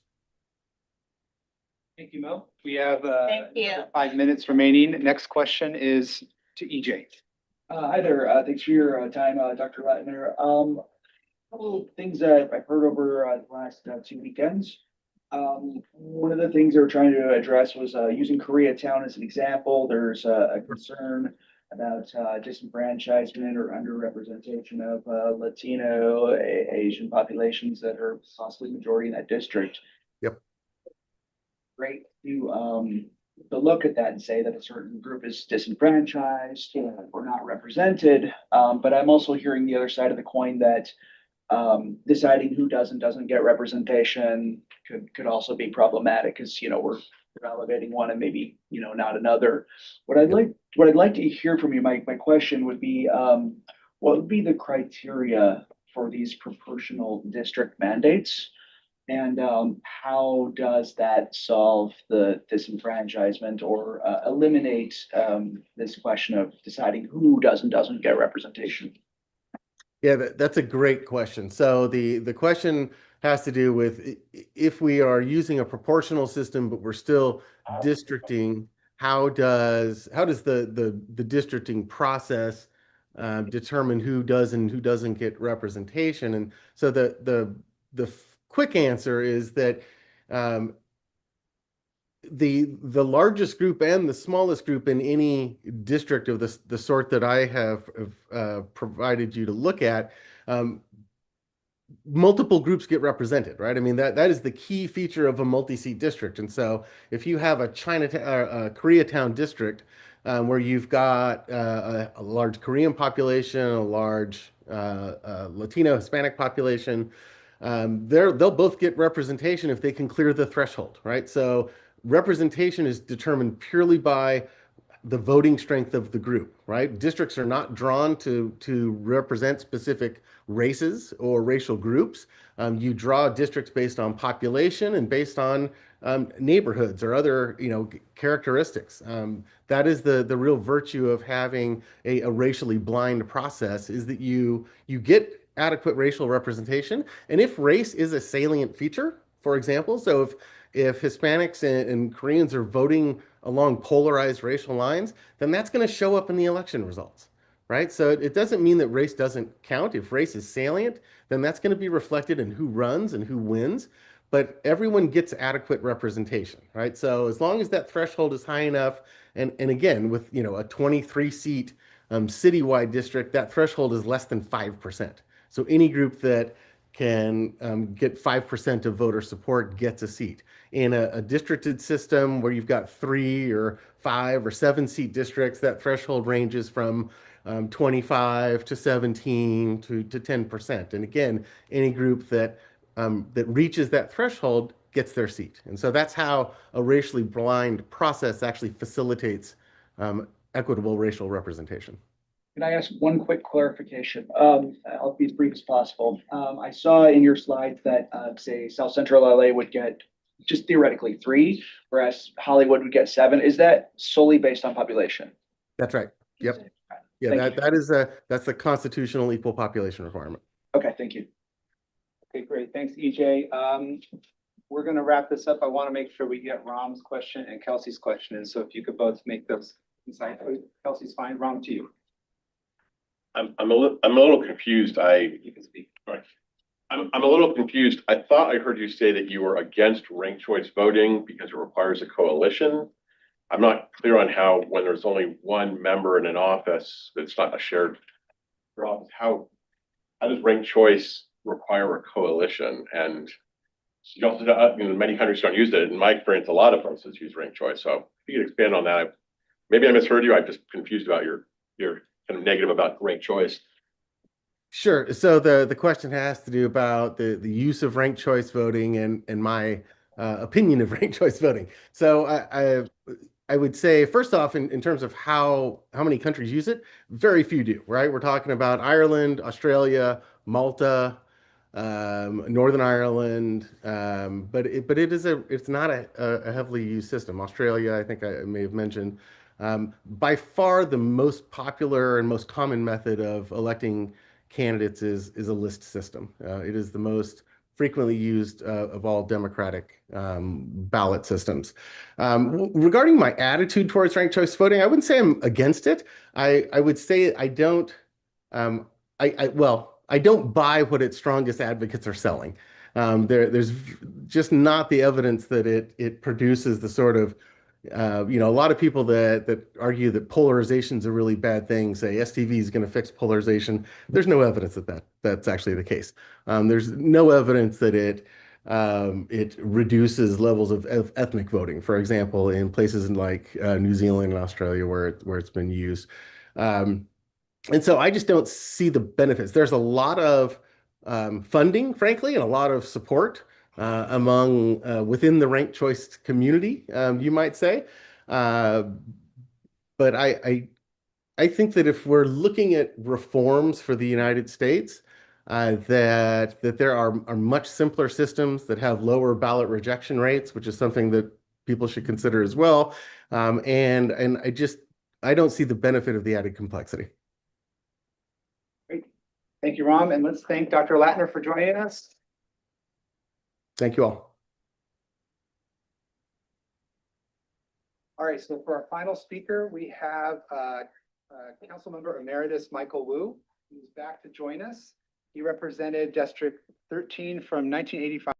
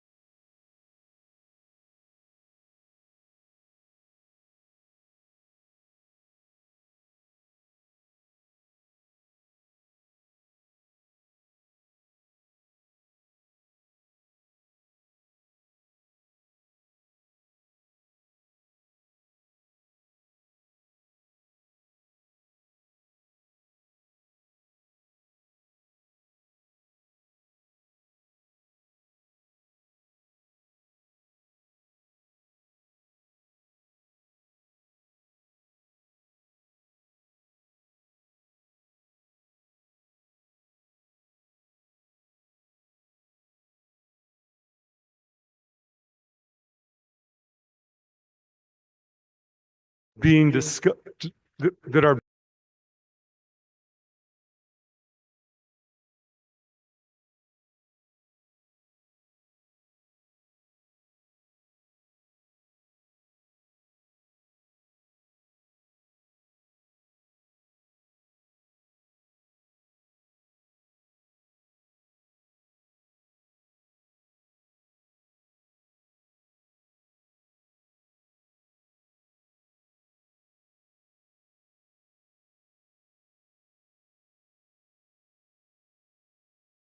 and could readily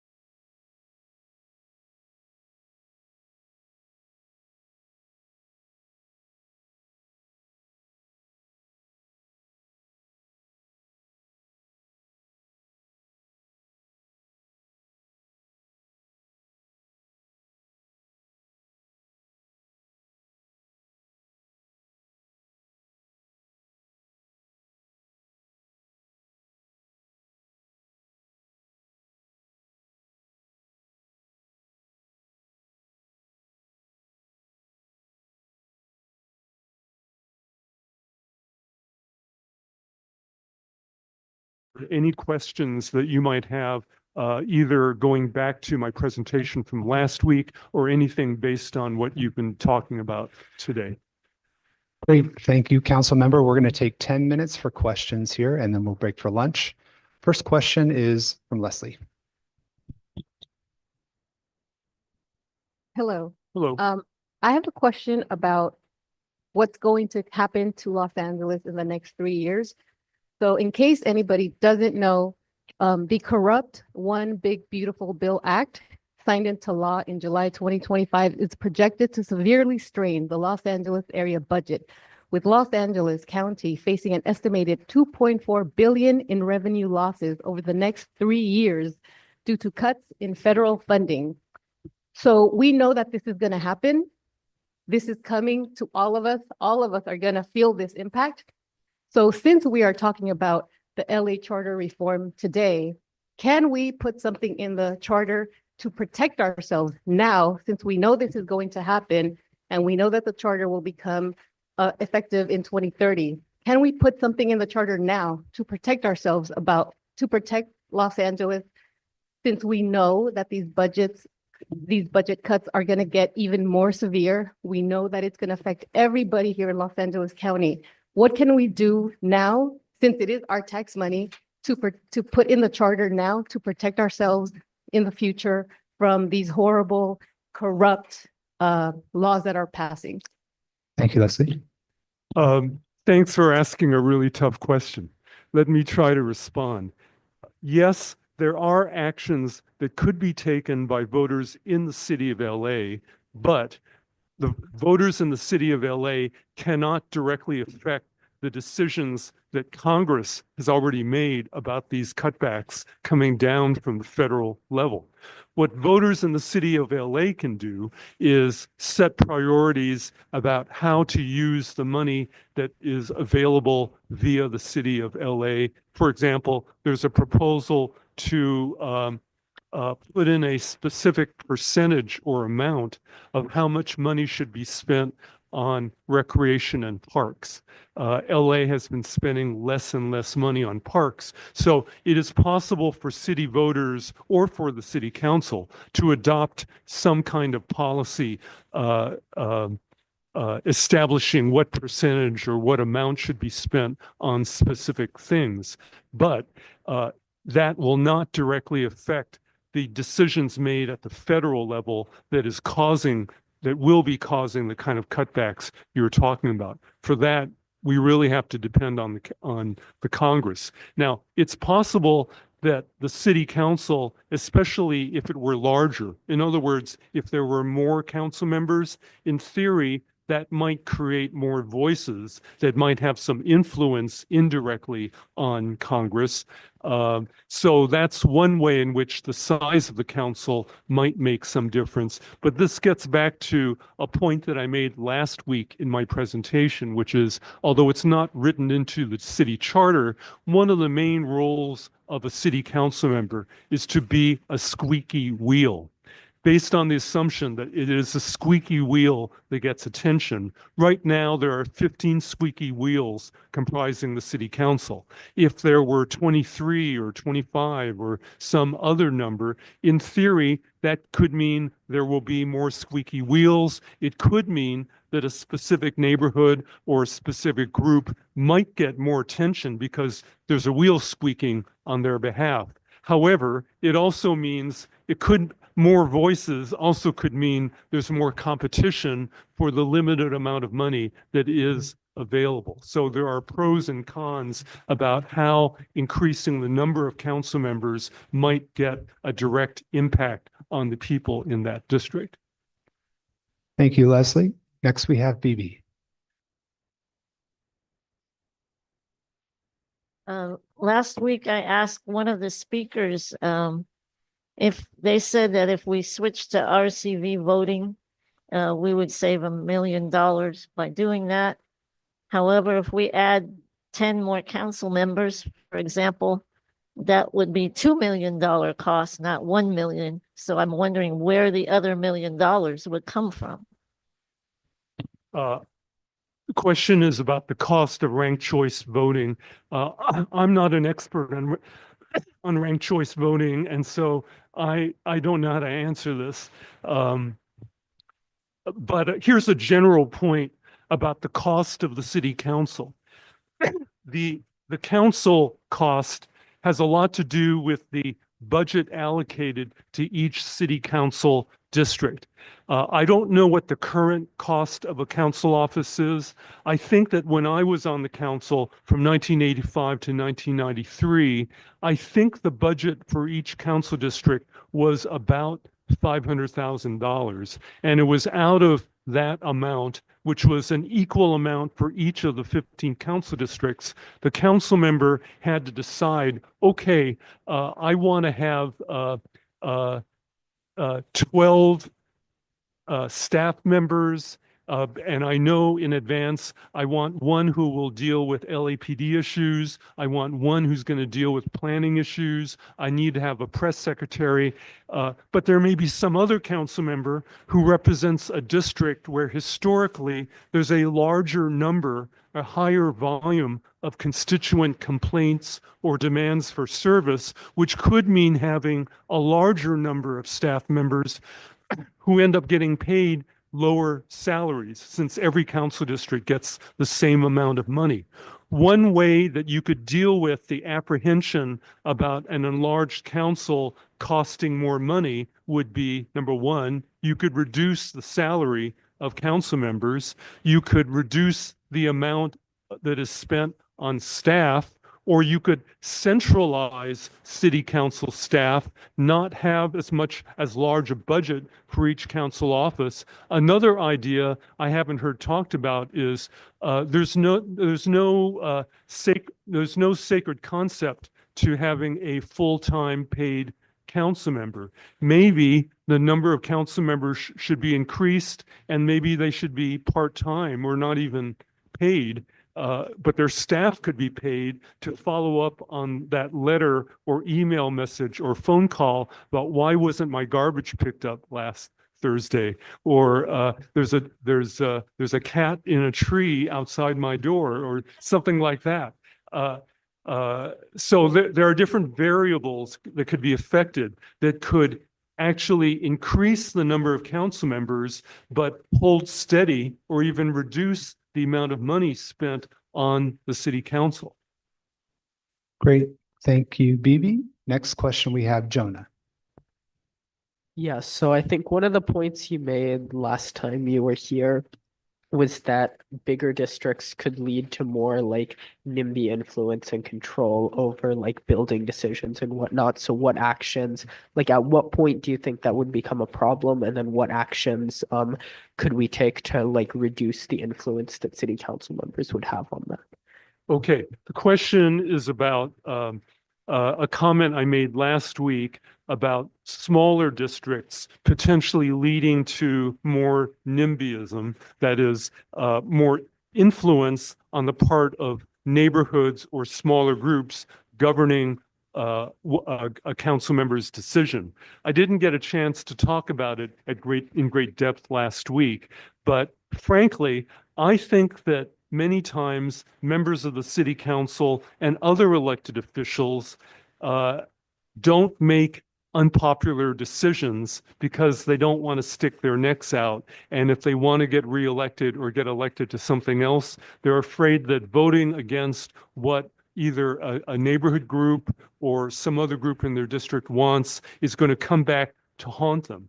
So the question is there some threshold below which groups would not have increased influence? There's no magical answer to that.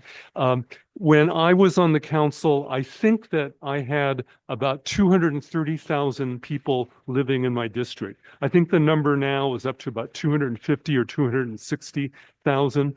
But those districts were large enough that if I did something that really pissed off a specific neighborhood in my district, I could survive. And as I said last week, I was actually reelected with 70% of the vote, although I was very interested in looking at the map to see in which precincts did I lose the vote, and could I figure out what is it I did. And so neighborhoods can get organized to vote against an incumbent council member, but is there a magical number? I guess if you got down really to a small number below 100,000, or say below 150,000, that would make an incumbent council member pay more attention to local districts. But as I've tried to imply in my answer, there's a certain push-pull between, there are certain pros and certain cons to making the council member accountable. If you think the main problem is that council members don't pay attention to their constituents, they're too independent, they ought to more closely follow what their constituents tell them, then that really points towards smaller districts. I mean, smaller numbers of constituents, a larger number of districts. And I think sometimes that's a problem. But last week, I also brought up a different problem, which I don't think has gotten discussed very much, which is many times, not just council members, but other elected officials don't take unpopular positions because they're afraid. That is, there's a certain lack of bravery or courage or willingness to do something which the elected official may think actually is the right thing to do, but the council member may not be willing to stick his neck or her neck out because it's just not worth it in terms of doing the right thing and antagonizing some local group in your district. So encouraging bravery or independence from elected officials, that's something that I think is needed too. But these profiles of courage are very seldom seen. And you might want to think about, in addition to getting elected officials to be more accountable, how do I actually get council representatives who actually will be brave about taking a potentially unpopular position that they think could be right for the city of Los Angeles. Great, thank you. That's our time for today. So let's give Councilmember Wu a round of applause for coming back for round two. Good luck to you. Thank you. And now it's lunchtime. So we have lunch out in the hallway. You're welcome to grab lunch, and we'll be back in the room starting at 1 p.m.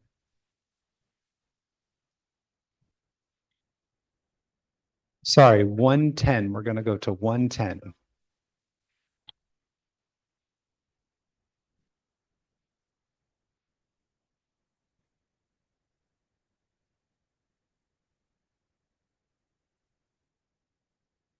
And if you had a question for Councilmember Emeritus Michael Wu, he's going to be sticking around for lunch too. So I know there were a few more names up there, so he'll be around.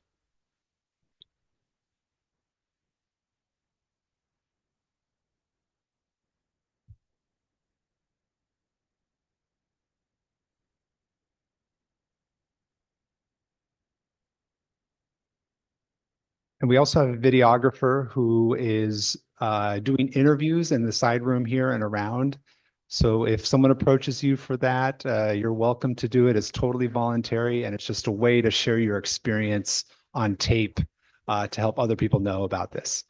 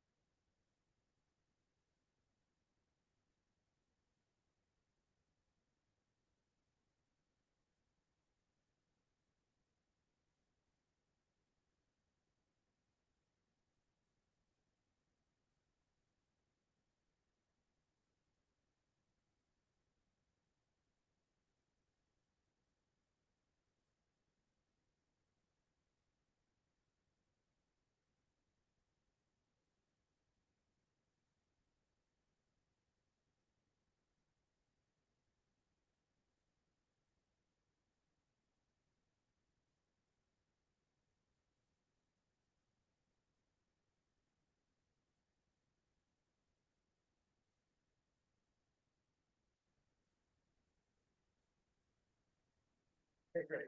Sounds good.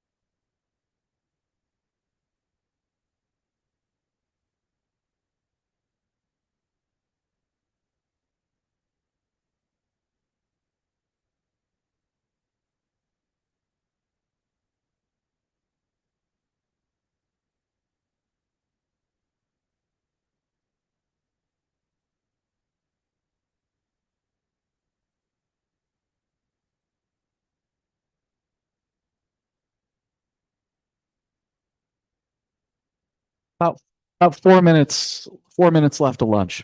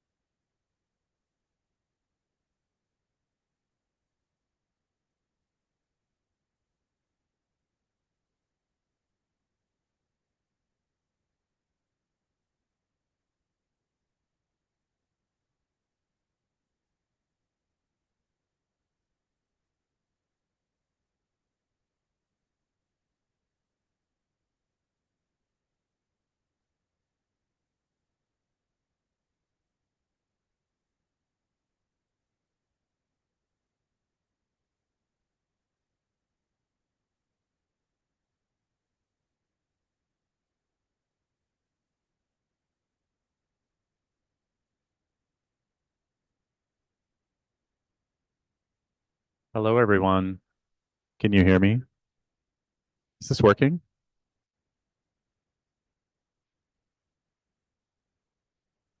Hello, everyone. Check, check, check. Nothing. This is giving nothing.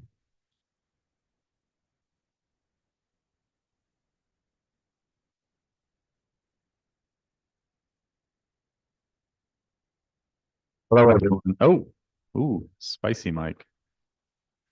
If you can hear my voice, clap once, please. If you can hear my voice, clap twice. Oh, you guys are doing great. This is awesome. Okay, I hope everyone had a nice lunch. I wanted to introduce our next couple of activities, what we're going to be doing next for the next little bit. In just a couple of minutes, you're going to divide up into your small groups again for some discussion and kind of debriefing of the information that came up in the morning presentations. So the four presenters we heard from in that morning block. You'll spend a little bit of time. There's some kind of questions that your small group moderators will have, but essentially what you're thinking about is like what new insights might have come up from those presentations that you think are important for your deliberations.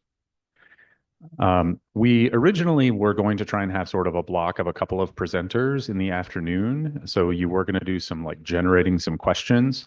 Unfortunately, we weren't able to get people. There were schedule conflicts and such. So, but we are going to hear from Joe Matthews, who you heard from the first weekend. He's going to spend a little bit of time after your small group activity answering some of the questions that came up that you guys generated the first weekend that he had not already gotten to, or giving some guidance as to where you can find the answers to those questions.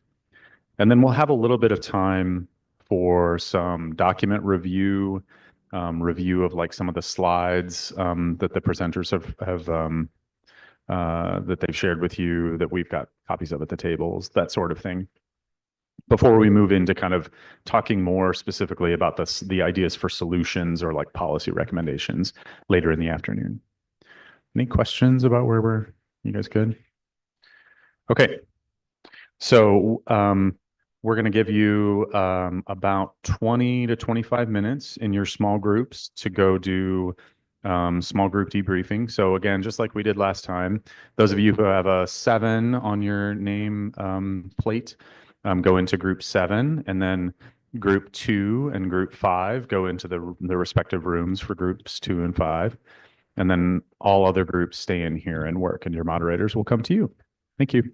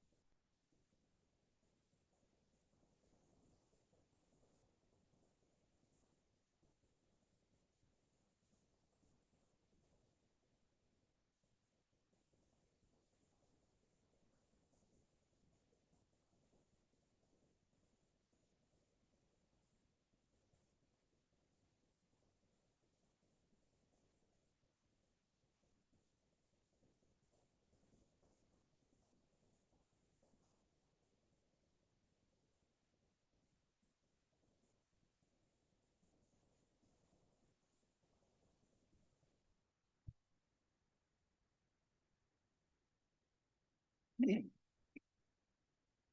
to go? All right, folks, welcome back. Hope you had a good debrief. Next up, we're going to move to our session with Joe. He's now named this. Joe answers your questions as unsarcastically as possible. So our resident librarian, Joe, has taken all your questions that you've asked and has inventoried them and is going to do his best to respond. And let's please welcome Joe. All right. Thanks again. Again, I'm Joe Matthews, one of the volunteer co-leads of this, and I'm a journalist and writes about California and about local democracy all over the world. So see a lot of local governments. Let's get to this. There's actually a lot of questions. Some of your questions are really good and big, and they talk about the future.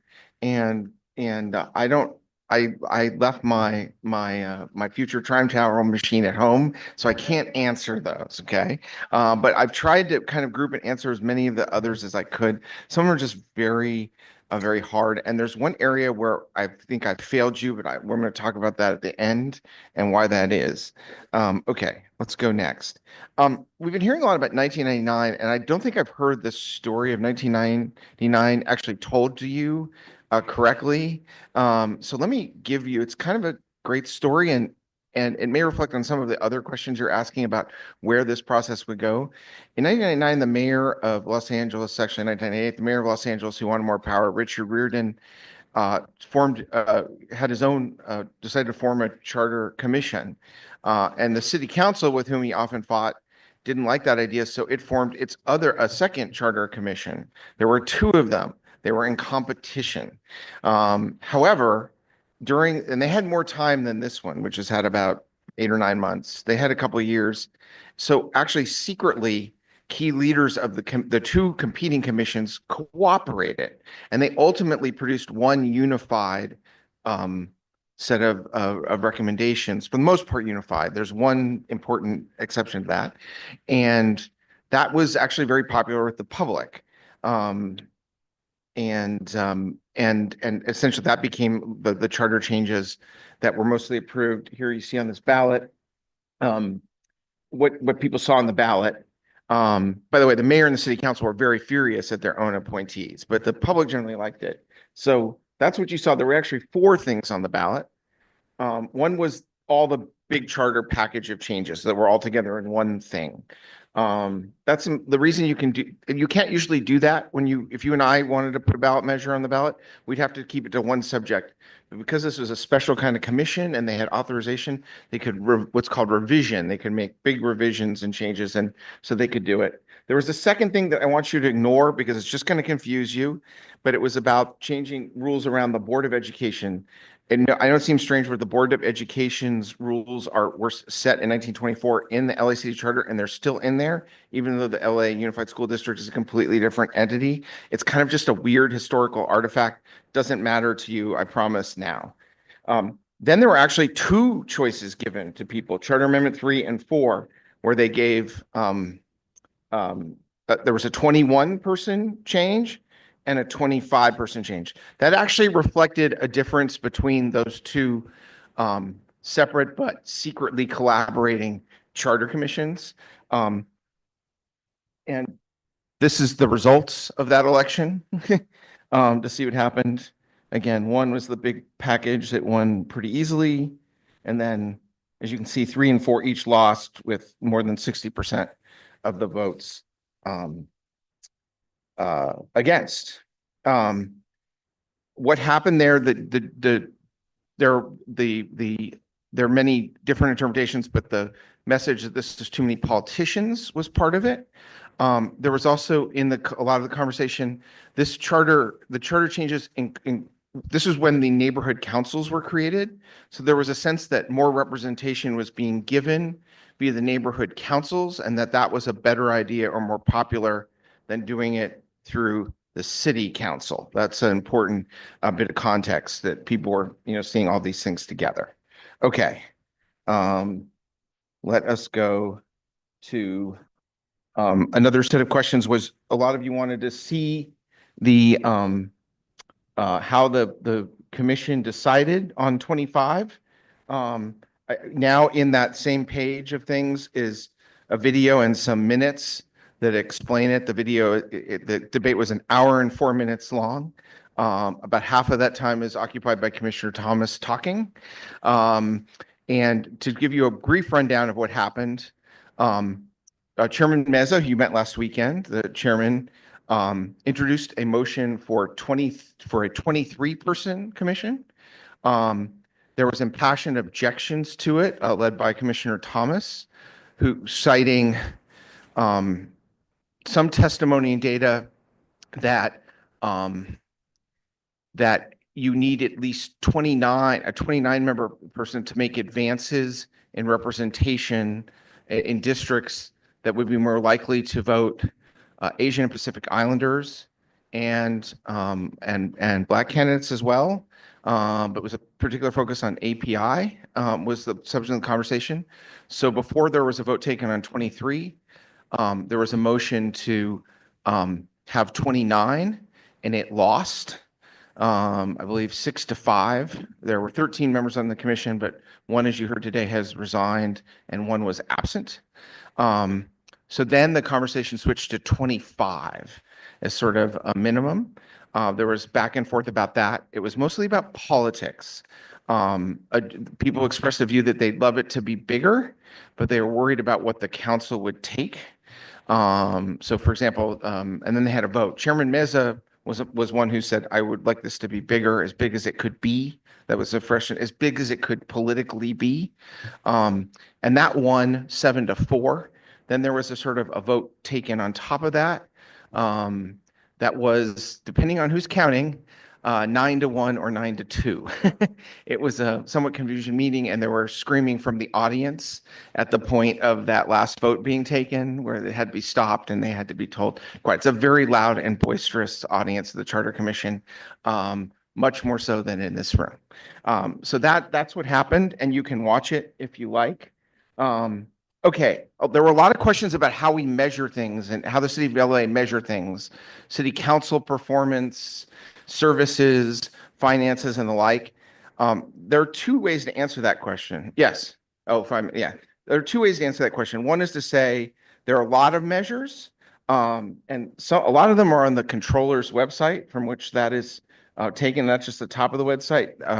The current controller has put a lot of those together, but there is no clear measure, and there are measures that break down things by districts, but there is no who's getting what money where. And you'll see that again on that, and also on, do we have more? Yes. Now that we get to that later.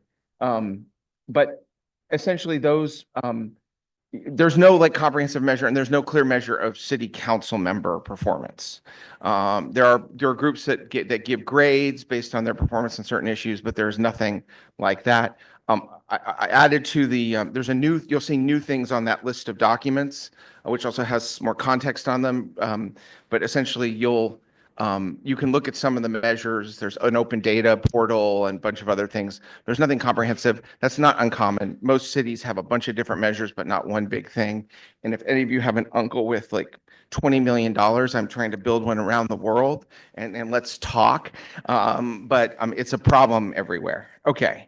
Going on, what's the deal with the city council president? There were questions.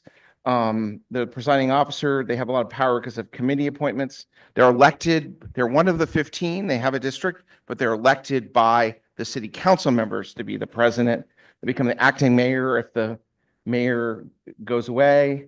And they have a lot of power to sort of organize the meetings. So that's worth doing. Public comment. There are questions about what kind of comments they heard. This is where I'm definitely not being sarcastic when I'm telling you that they've heard 430,000 words. I fed in everything into the AI, 430,000 words of comments. So I'm not making a comment. I'm not being sarcastic. I'm not saying that this whole process was tilting at windows when I tell you that the book Don Quixote by Cervantes is 430,000 words. It's just purely 430,000 words of comment to the Charter Commission and 430,000 words in Don Quixote. Sorry, I'm a journalist and I could not resist that. But a lot of this stuff was copied. A lot of it is interest groups reading, or neighborhood groups, advocacy groups reading the same letter. That's a lot of it. They've had, I tried to count the number of people. It's over 1,000 individuals wrote in submissions. I don't know if that's a big or impressive or not thing to you, but there's that. A lot of people ask you for the details of the corruption cases. This document is also now in that set of documents, but you can see there was 1.5 million bribes for Weezer. The Ridley Thomas thing was about essentially contract the SC in exchange for his son, with a job and a degree. The current pricing is ongoing. The description, these are detailed cases that has to do with his wife and what she may have received. When you're talking about Vegas and those things, it's Englander. And then there's a former deputy mayor, actually was very important in the Weezer thing. And then that's why some people say 5 and some people say 4. They're counting Raymond Chan. And then the 3 people at the bottom are the tape council members whose careers were ended in different ways by that. Okay. A lot of people ask about the county supervisors. Just to be really clear, the county and the city are different governments. While the city is part of the county, the city government and the county government are not the same thing. And in fact, right now, the biggest story in town, I would argue politically, there's journalists, you're getting the journalist view, is that they're not getting along. And they're having a massive fight about the breakup of what had been a massive joint homeless thing called with lots and lots of finger pointing. And then a few other things this gets down to the end. The presentations, some people ask for slides and presentations. I put those up, day 1 slides, day 2 slides. We can get more of the past stuff. The fair rep slides, I broke those out. A lot of you asked for maps of what things would look like to map things out. What it would look like with 25, what would it look like with 51, those kind of maps. I don't have the ability to generate those maps. The person who did it, who had generated the maps and that people are sort of using from, is a guy named Paul Mitchell, who we invited, originally was supposed to come, and then took himself out. I don't know if it was this morning or last night. Yeah, he created maps. He's a very important person. He was the author of the Proposition 50 around the state, which was the change to the congressional districts in California that was as part of a special election in the fall. But he couldn't come, and he's done a bunch of different maps that are trying to look at, what communities would be included or not, and what communities might gain or might have the ability. There's a particular interest because of our history in having more districts where Latinos represent a majority, and the main. I've seen the maps. I've not gotten his permission to use them. That's why you don't have them. But 29 is a big number in those. It seems to, you get to 29 or above, and you have more sort of districts that are Latino districts in the nomenclature of this kind of political work. Okay. Sorry, I know I'm going a bit long, but why a lot of questions about what is your role, and what can you do?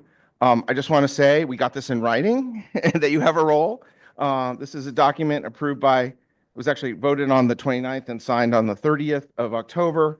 That's not that long ago. This is probably, as far as I can tell around the world, the fastest one of these assemblies to come together ever anywhere. But it's LA, right? So that fits us. And this is where they committed to ask us to do this and to actually have a public hearing for the commission to hear and deliberate, to hear about what we're doing. So they've promised in writing to listen to us and to do that. And so that's you. So couple things. They voted for 25. They haven't finalized it. They haven't turned that vote into language. They still have to write the language. I've covered a lot of legislative bodies. A lot happens between the vote on intent of what to do and what the language is. That's actually the moment where smart lobbyists jump in, and we're in the position of the smart lobbyists. In this situation, they have to write the thing, so you have the sort of that very late word. You're on the agenda for next Tuesday in just 3 days. Agenda number 2, probably right about after 5 o'clock. Some of you to come in and explain what you want to do, what your recommendations are. And city council members of the councils have told us that they want to hear from you We have an arrangement with Loyola Marymount University, which does extensive polling on people in across Los Angeles County, including the city, to poll on recommendations.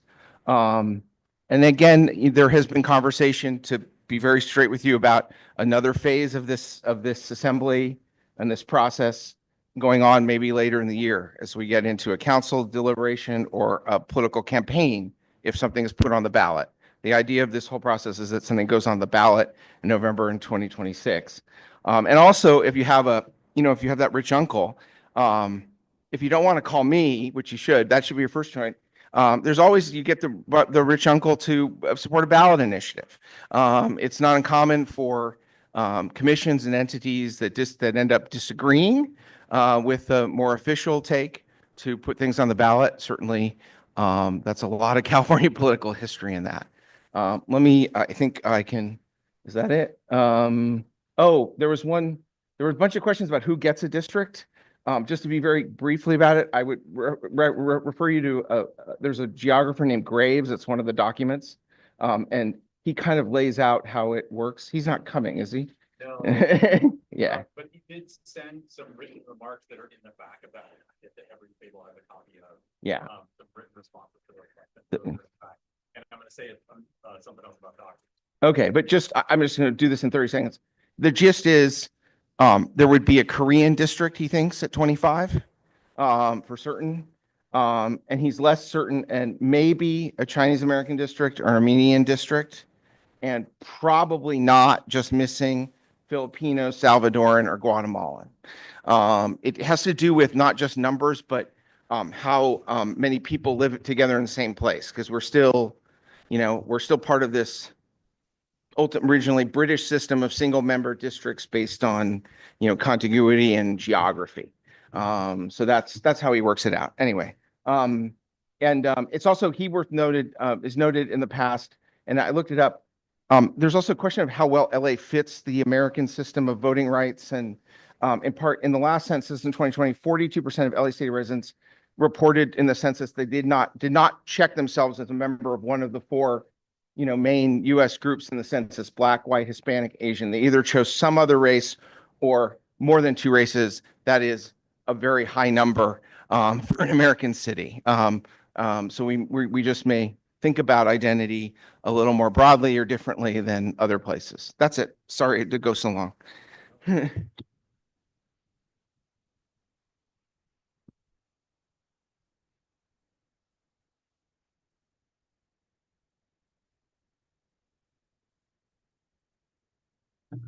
Joe, if you could, your slides have a lot of links in them. We're going to try and get them on the democracy community site, or he's on that. And as a reminder, that I'll put up the QR code a little bit later, but the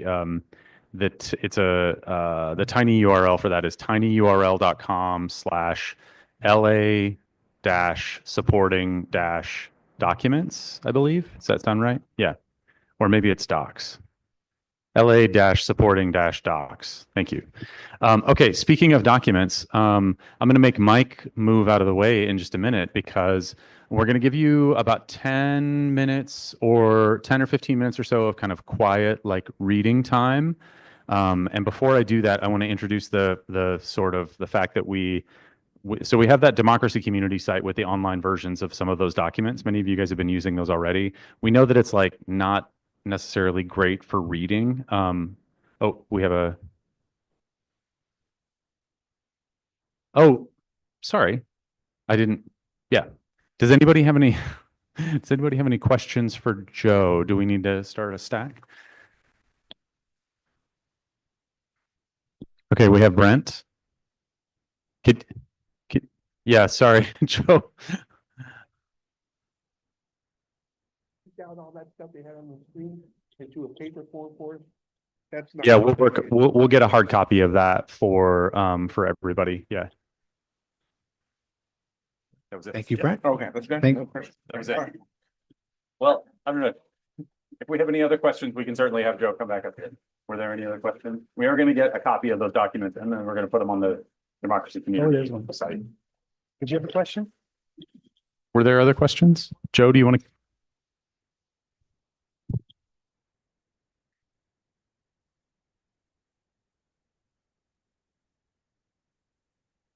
Mike, are you seeing somebody that we're not seeing?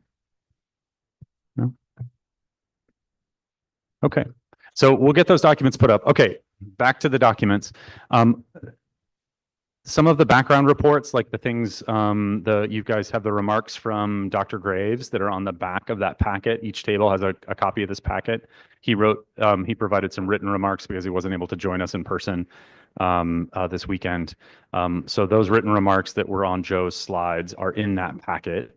Each table has a copy of that. We also, all the documents that are on the democracy community page, we printed out hard copies of those, just one copy of each of those reports, because that's like a lot of paper. But we know that some of you may want to read some of those like in a hard copy form. They are just along that table back behind where group 4 is. So you see where Mike is gesturing, doing sort of the Vanna White-ish like gesturing. Thank you. Very nice, Andrew. Thank you. So feel free to, during this quiet reading time, go back and peruse the reports. There were also some responses from Dr. Jasso, who was from Loyola Marymount University here last weekend. He wrote some responses to your questions and refers to those survey reports that are at the back table as well. Come find me if you need help finding those specifically, if you had questions of when to read those. That was about the polling and focus groups on council expansion ideas, in case you remember that. You guys remember his presentation? We do want this to actually be quiet reading time, though, not sort of free discussion time. So we would like everybody to take some time to read quietly. If you want to have a conversation, you are more than welcome to step away from your table and go out into the hallway. And if you have questions for Joe, you can probably snag him and take him out in the hallway. So thank you. We'll come back in about 10 minutes.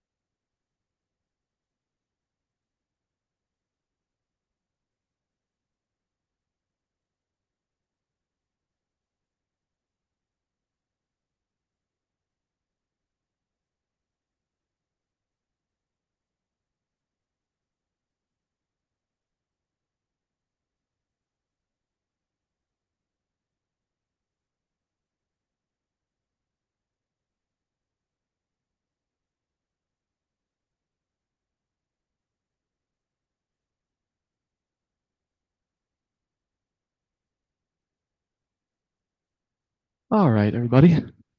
Hope that was a nice breather. I know there's, as someone who's kind of on the borderline between introvert, extrovert, I know these can be a lot of talking. So trying to give some little spaces for quiet time as well. And yeah. Is there anybody out in the hallway, by the way? Nobody? We're good. Okay, sweet. So we're going to move back into the world of talking again, but now with the actual creation of the next set of stuff. And then we're going to end the day with a little bit of voting on those early, even they're going to be really early ideas, but those ideas. And then we're going to go home. Well, there's going to be some discussion in between all that. But I wanted to just walk through kind of what the pieces of the process look like from here on out so that you all aren't wondering what's happening, because now we're past the information gathering stage. This is kind of the line in the sand between when all you were gathering a lot of information. By all means, please feel free to take things home and keep looking at stuff in your off periods and whatever. But now we're moving into actually starting to draft some stuff. And now you all may be thinking, well, no, we did a little bit of that last Sunday. Yes, you did, 100%. That was a dip the toe into the water kind of thing. Just see, for all of us to feel like, hey, we can get to agreement in our group about something, just feels good and is a lovely way to end the weekend. And those things haven't disappeared either. I'll mention that in a moment. They can be starting places actually for this next section is going to go. But here's the basic kind of way that the process is going to look from here on. So right now we're going to move into a period of about 40, 50 minutes where you're going to be creating ideas in small groups. And these will be sort of individual things like you did last time when you went around and just wrote on your notepad sort of an idea for a policy, and then you went around and sort of combined those all into a bigger clump. That's more or less what's happening here. It's just going to stretch over the next day. So there will be the creation of these individual single ideas, and then tomorrow you'll be working within categories of these ideas. I'll talk more about that in a second. And sort of trying to refine the ideas within each of these different categories. So you'll be working more specifically within a certain issue area. And then later in the day tomorrow, you'll be combining certain high-performing ideas or pieces that come out of these different categories into bundles. And that's what you did already on Sunday. So you all know that that's possible. But this is going to you've learned a lot more since then. You've worked a lot more since then. And and you'll get some idea after today, people's support for different kinds of options here, and be able to hopefully construct these sort of bundles that will get the maximum support from the widest number of people across the assembly. That's the ultimate goal here. But as we mentioned at the beginning of the day, there will also be time later on tomorrow for folks to split off who have a disagreeing opinion and be able to write that, and that will be added to the bottom of the report as well. And then the star over there is to represent one of those bundles that makes it to the end and wins the prize and hopefully gets wide support from across the assembly. Does that sort of conceptually make sense? Anybody have any questions about kind of the direction that we're headed here? Okay, cool.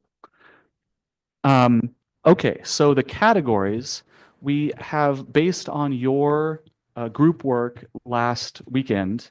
We have sourced these categories for the time being.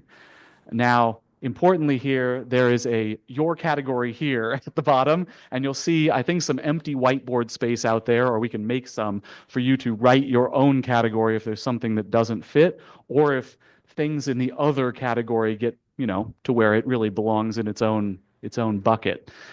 But the ones that we have so far, based on what you've done, were things related to council size, naturally, sort of in two pieces. The first piece, things related to the number of council seats, and then other stuff related to districts or other things like that. Next category is elections, anything related to elections and the way that they happen, ethics and accountability, administration or like the bureaucracy, the staff of the city, council powers, like what the council can and can't do, other, and yeah, your category here. Okay. So for this next section, so I should say so we have taken your group recommendations from Sunday, and you will see in your groups, I think, a page that looks like this, I believe, right? That says small group recommendations, day 2. And that just has all of them, just as you read them out loud. We transcribed from the audio, and this is just as it was, each group what they did. But then we took each of these, because these are bundles already, and split them apart among these different categories. So you'll see that out in the hallway when you walk by next. Oh, perfect. Okay, thank you. Huh. Yeah. They're being passed out now. Wonderful. Okay, you'll see these. This is just the full.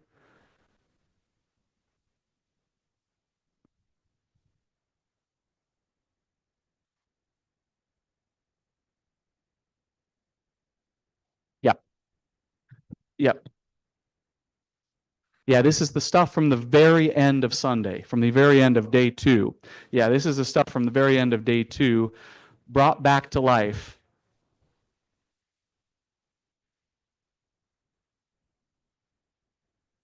Oh yeah, we're on day 3 right now. This is day 3. Sorry, the days might get mixed up. But day 2, on Sunday, you may remember we ended the day with each of the small groups coming up with some consensus recommendations.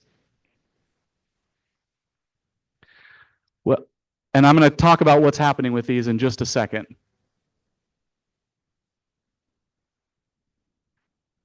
Pass these out first. Okay, so this is the recommendations in those small groups. Now, as I mentioned, each of these bullet points has been broken apart into all those different categories, and you'll see that out in the hall. So it's not that these have gone away, but they've just been broken apart among those categories. It'll make it easier for you all to deal with all this different stuff in all these different areas. All right. So what's going to happen in this next small group is you've got a few different options. Let me go forward, actually. In this next group, you may write a new version of a recommendation that was created by one of those groups on Sunday, i.e., take one of these bullet points and write a new version of it. Or you could write down an idea that you had last weekend that didn't make it into your group's census recommendations. I know there were a lot of those. Everybody had their own ideas, and you had to work together to find consensus. Well, this is your opportunity to bring those ideas back from the dead. They weren't dead, actually. Or you can write a brand new idea that's been inspired by something this week or this weekend. And the place where you'll put any of those things is on one of these idea sheets. And these there'll be a stack of these in each of your small groups. And these have, let me just run through what's on this sheet. So at the top, you'll put your group number today, like your group today. You'll put any random number just to identify what idea number this is within your group. 1, 2, 3, 4, whatever, start numbering. And you'll write your idea up here. Whatever that is, you can look out in the hallway for examples of, it's just one of these bullet points, essentially. And for this one, keep it to within sort of one topic, one category. Talk about that in a second. Also, you can fill this out if you want to add a little bit more detail for your fellow delegates when they're maybe voting on this idea later. Oh, I'll hold on just a second. EJ, are you noticing something about the...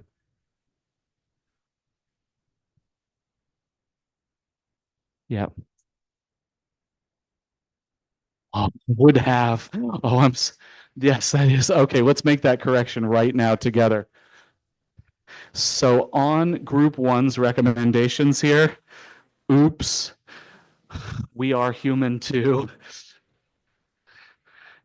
Yes. Hold on. Actually, can you come on, Mike, if you're going to? So yeah, go ahead. So the idea right now is that the ethics committee, as it stands, I mean, I'm not saying there's anything wrong with the city council. That Well, they're doing hold on. Let's not make a statement about it. Just tell them Okay. what's wrong on the thing. Okay, so let me just correct it with no further comment. The ethics committee would have the power to bring an urgent constitutional amendment before orders and not be gate kept by council. Thank you very much. Yeah, that's for group one. Second bullet point. Yeah.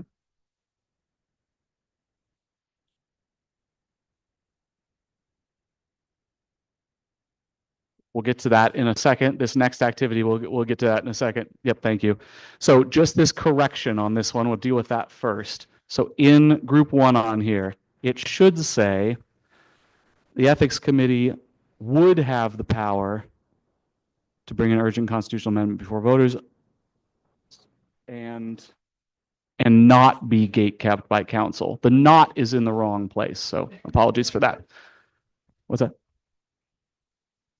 And there's an and, I believe, as well. We'll correct it on the version out on the wall there.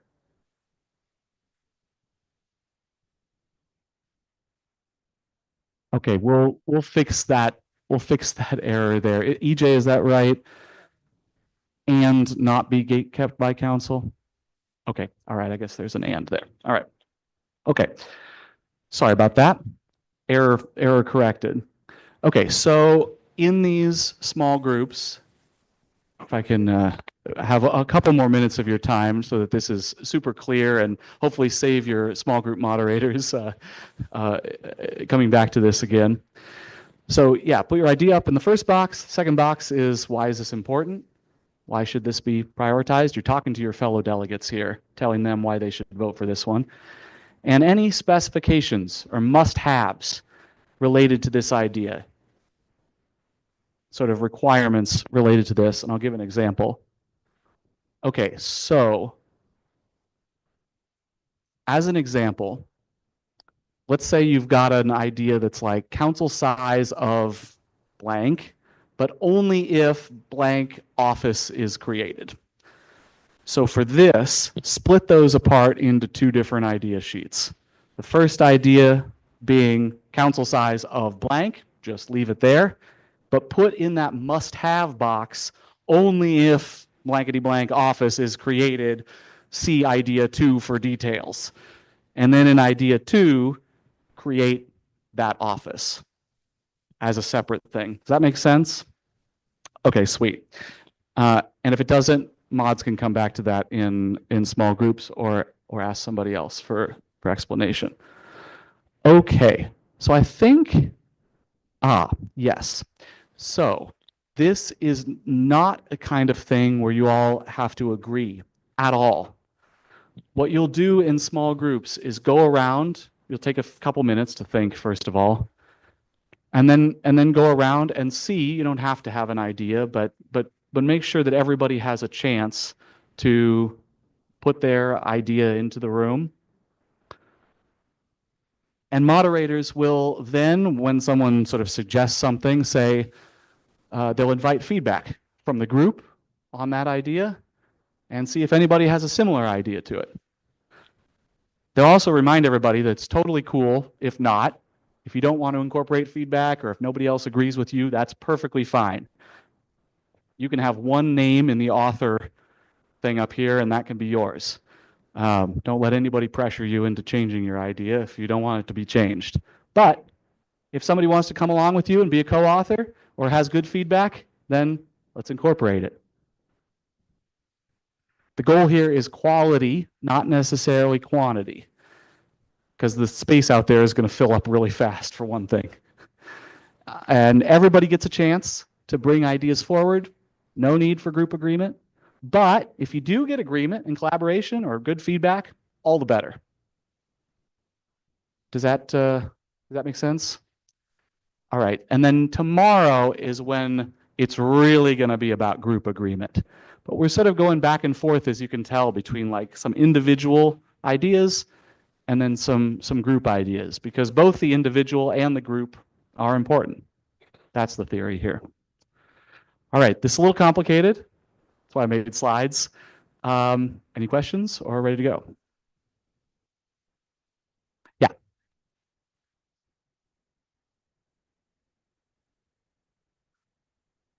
Ooh. Oh, list of the categories? Wow. Oh my gosh. Oh my gosh. This wasn't even, didn't even know that was created. All right, rock and roll. Okay, let's get our groups. We'll take about 40 minutes for this and go to break at about 3:05. 3:05. And remember, mods, to nominate a person to report out at the end.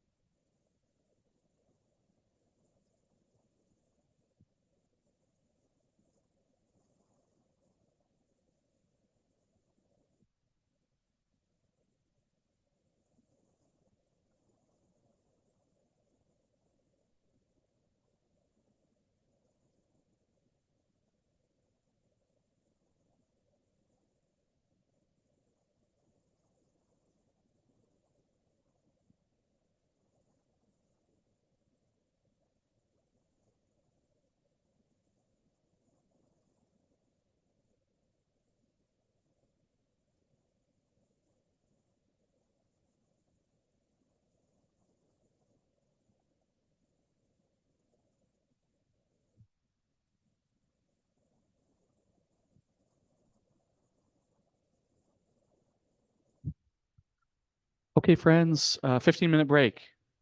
15-minute break here. Let's come back at 3:20.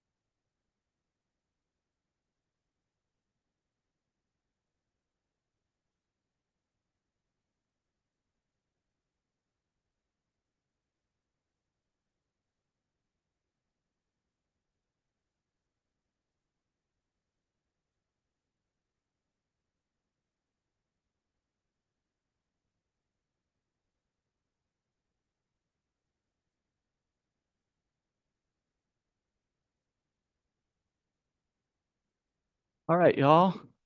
We're coming back. Coming back here.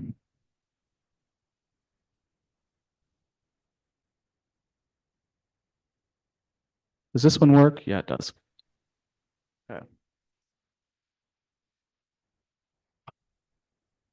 Hey, Mike, could I hand this to you?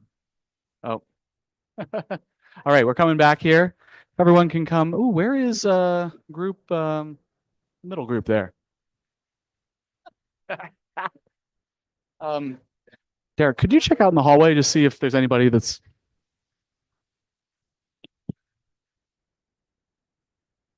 all right. Oh, wait. Wait just one more second for folks to trickle in here.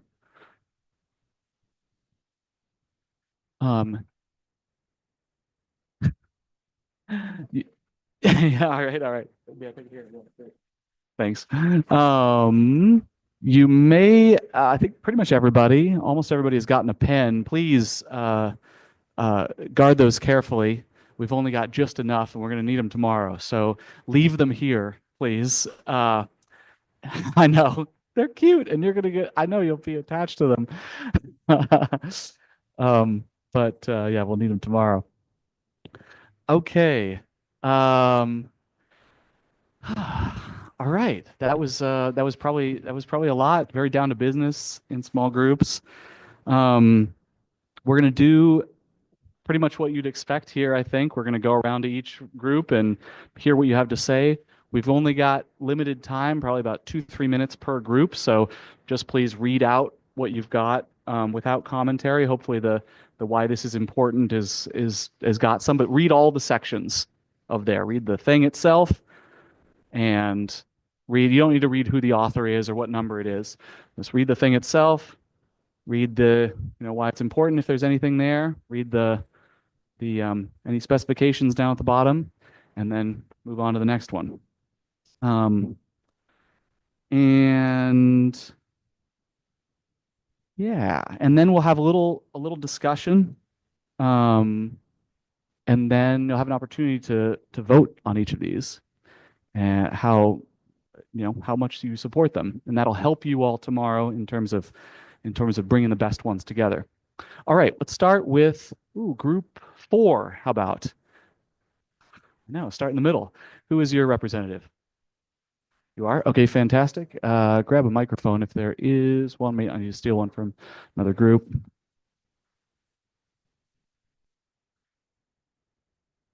All right.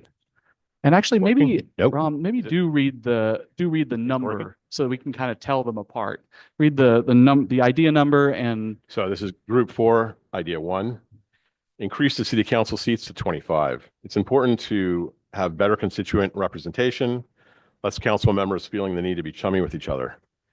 It's more realistic to pass in an election than a larger size council, with 66% of constituents supporting 25 members, but dropping all the way to 55% supporting 29, which is only a 17,000 Los Angelino difference.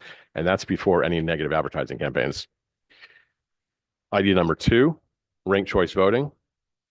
Better choice for voters. It also works with the continued development of our council structure. For example, if later on we decide to have multi-member districts.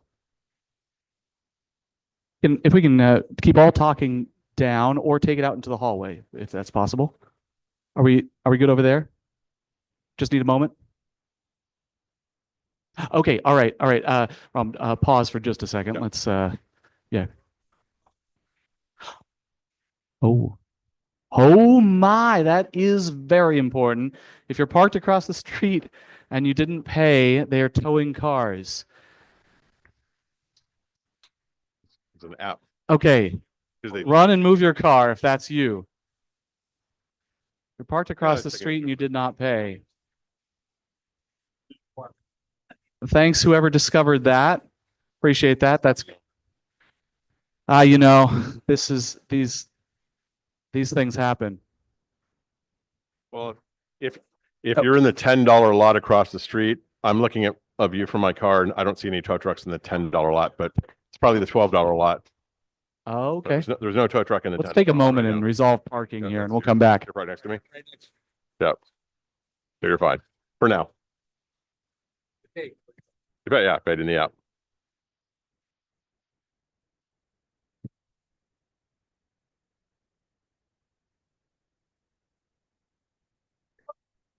We're gonna take a little break and just do that, and we'll come back in 10 minutes or so. All right, so hold on just a sec.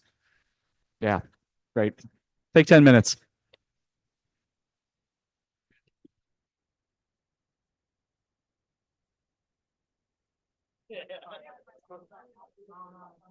Lynn, sorry, no worries.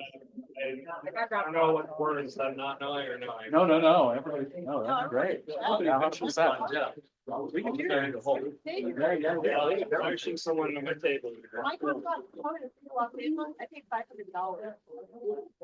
Nice. Yes. Would you please? Yeah.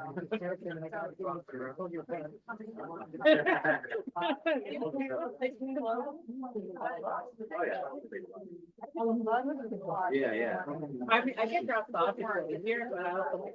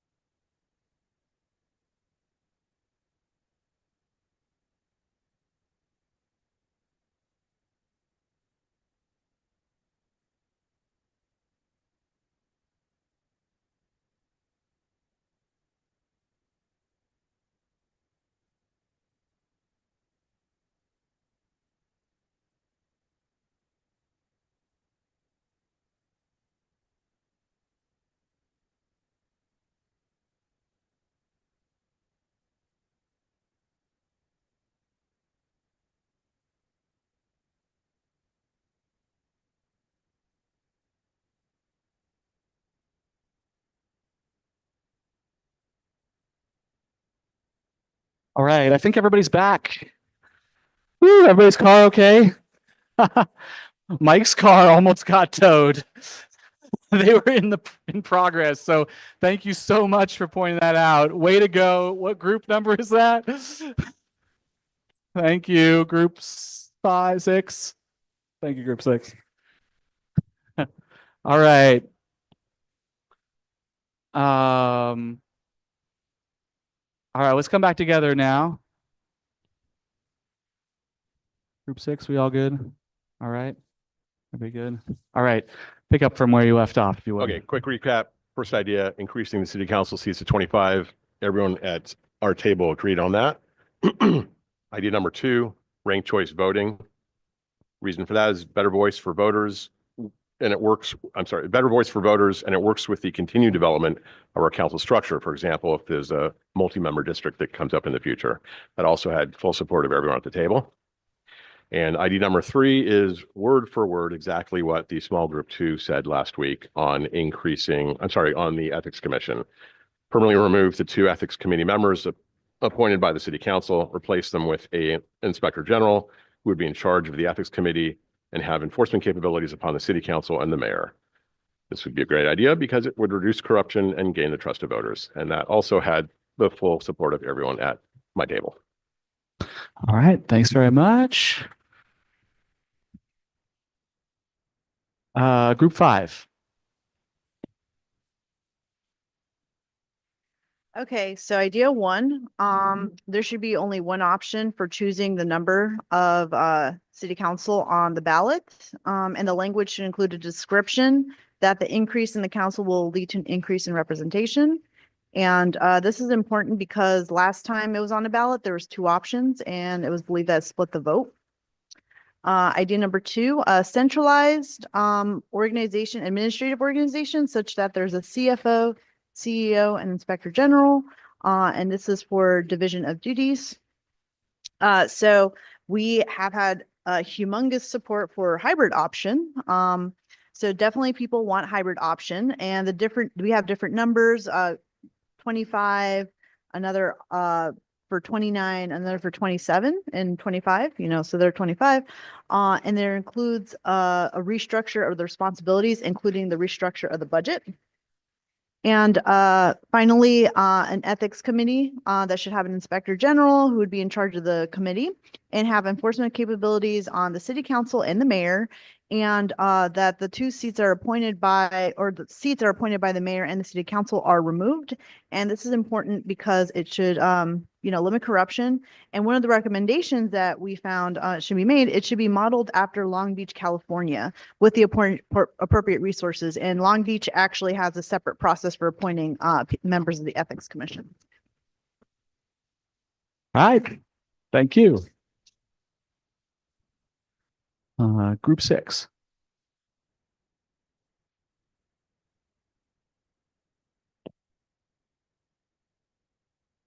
All right, we got a couple ideas here. First idea sheet. Can you pull it just a little closer? Oh, sure. Thanks. There we go. Have council members live in the districts they represent.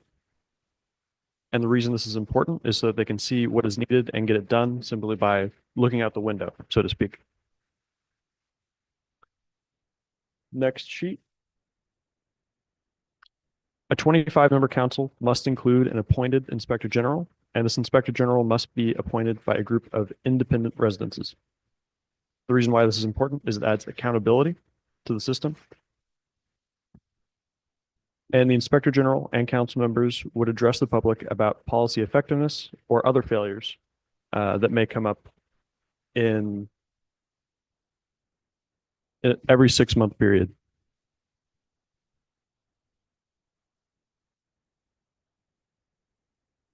Our final sheet. A unified administrative authority, for example, a citywide operational standards issued by a CAO, being a chief administrative officer, with single point execution. So that administrative officer would be responsible for implementing council policy and delivering services effectively.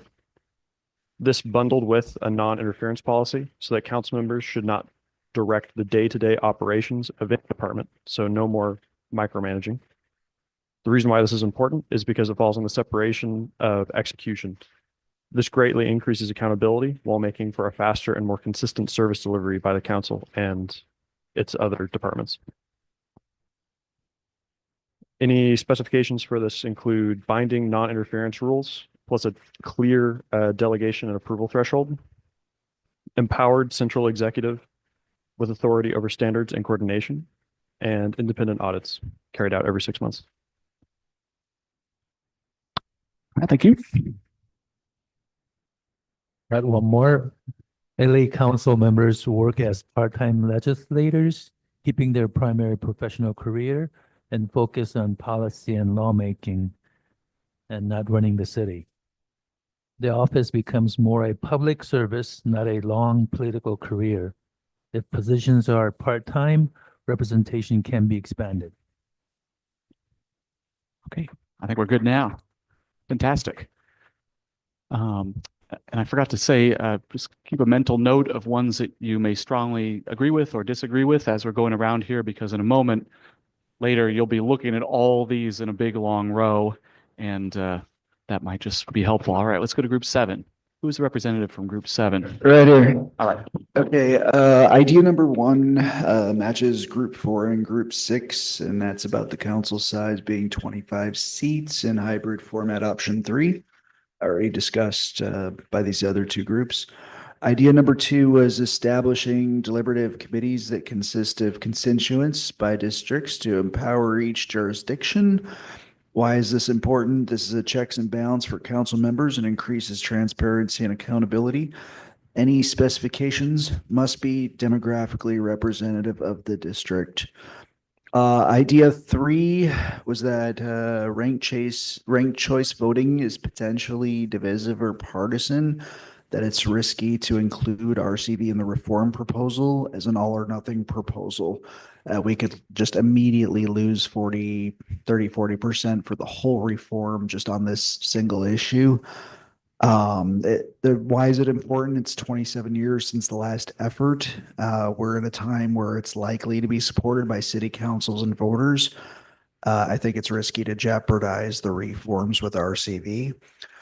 Specifications propose that if it's going to move forward, that it just do so as a separate line item on the ballot for 2026. Maybe we'll get both, but or one or the other, but it's better than getting neither of those reforms. It's reiterating the point where the ethics committee needs legislative access, power to bring in ethics or oversight related urgent constitutional amendment before voters, because they're currently powerless to make any ethics or oversight related reforms independently of the city council. Like they could say, we want to reform you, and no. Idea 5, council district members capped at 2 terms. Why is this important? It reduces power of incumbents and better representation of current constituents.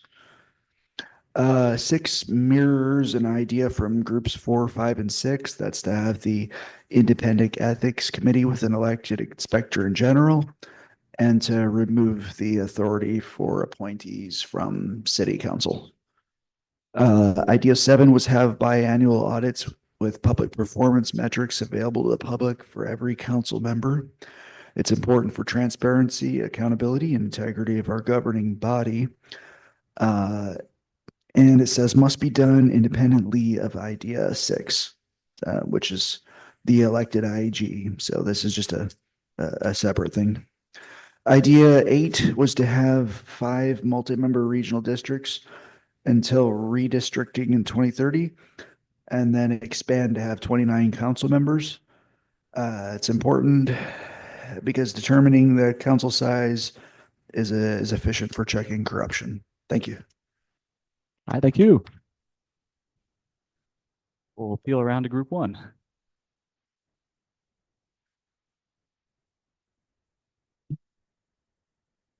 Okay, so idea number 1 is to remove the mayoral and city council appointments to the ethics committee. This removes the conflict of interest. Specifications, we should also give ethics committee subpoena power and enforcement. Idea number 2, which is supported by the entire table, is to increase the council size to 29. This is more representation, diversity, and access to elected officials. Idea number 3 is about council powers. They must live in the area for a longer time prior. When elected, they will be doing things more fast and have a better idea of what's happening. And so they also must be a local, so no outsiders. Idea number 4 is city council members should not have the final say in regulatory land use decisions. The current system incentivizes corruption, increases cost of living, and reduces community input. If a council member can unilaterally block a project, this incentivizes developers to bribe council members to secure project approval, which we've seen several scandals. Additionally, it makes it harder to build, which can raise prices. And what does get built is largely pet projects, not those with the most community support. All right, group 1. And group 2.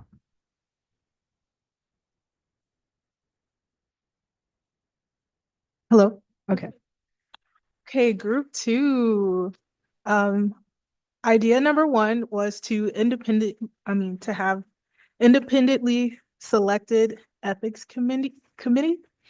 Why is this important? There's a severe conflict of interest for individuals being monitored by the ethics committee to appoint them. Any specifications or must-haves would need more options on how this committee is selected. Mayor and city council should not appoint the ethics committee that we feel was a conflict of interest. Idea 2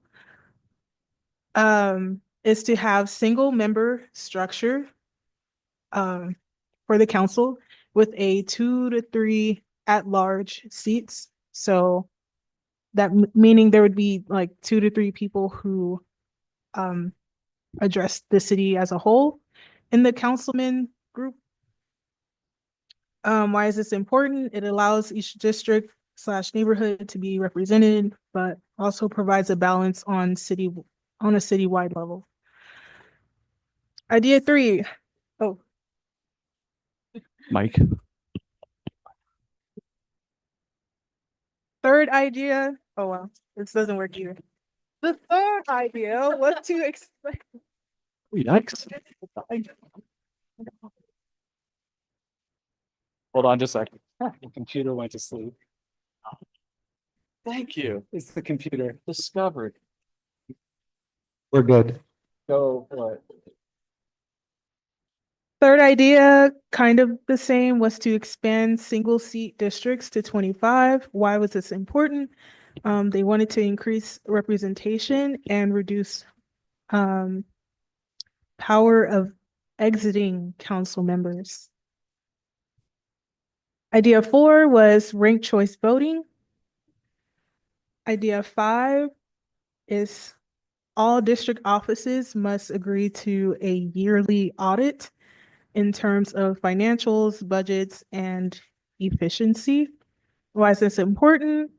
This can help with an inspector general's investigation / prosecution. Any specifications or must-haves was, unless already implemented, should be considered. Idea 6 was to, again, expand the council size to 25 members. Why is this important? To have better representation for a district. Specifications included not expanding unless an inspector general, nonpartisan independent, was appointed as well.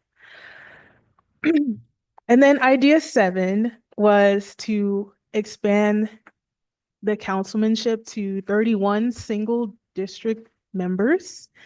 Why was this important?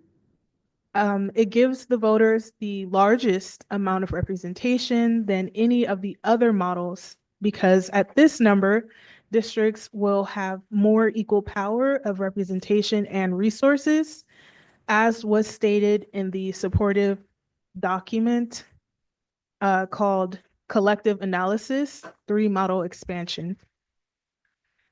Idea 8, having an independently appointed inspector general to have the authority to investigate and, if necessary, prosecute council members for illegal actions. Why is this important? If we don't do this, things would continue as they are. Idea 9, create office of COO. Why is this important? This would help create operational efficiency and better city infrastructure coordination to help keep things moving and reduce waste of time and money on councilmanship campaigns and stuff.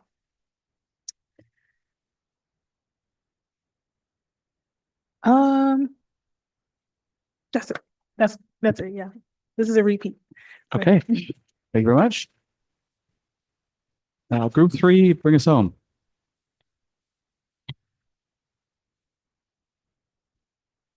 Hi, everyone. I'm going to be reading for group 3, and we were all pretty much in agreement with only 2 different recommendations as to council size. So I'll start with idea 1, was include a citizens assembly into policy. This is important in order to allow citizens a voice in actual policies, reforms, land use, for example.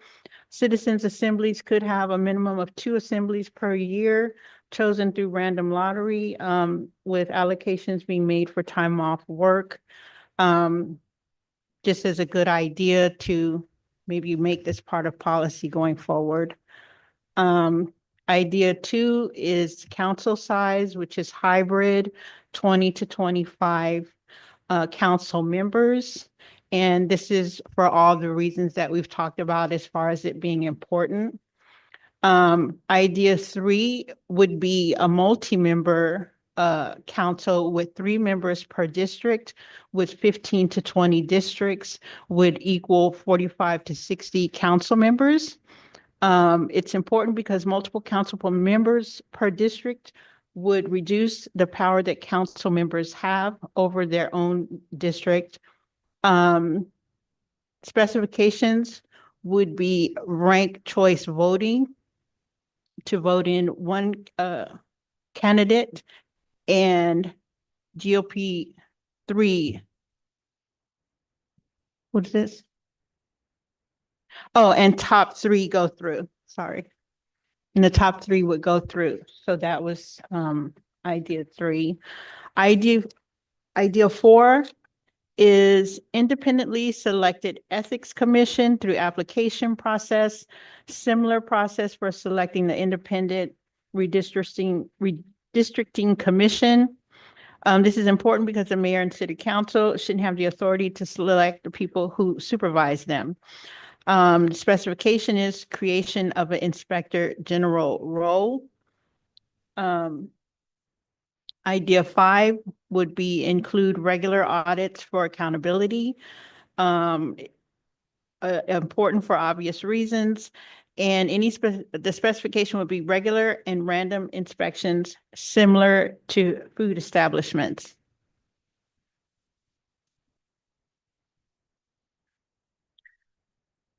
Idea 6 is following up with the inspector general would be put in place along with council expansion.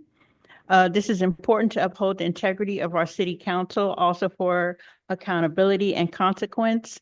Council members cannot vote, appoint, or suggest as to who the inspector general would be, and he would be from, or he or she would be from outside of the council, like independent, basically nonpartisan.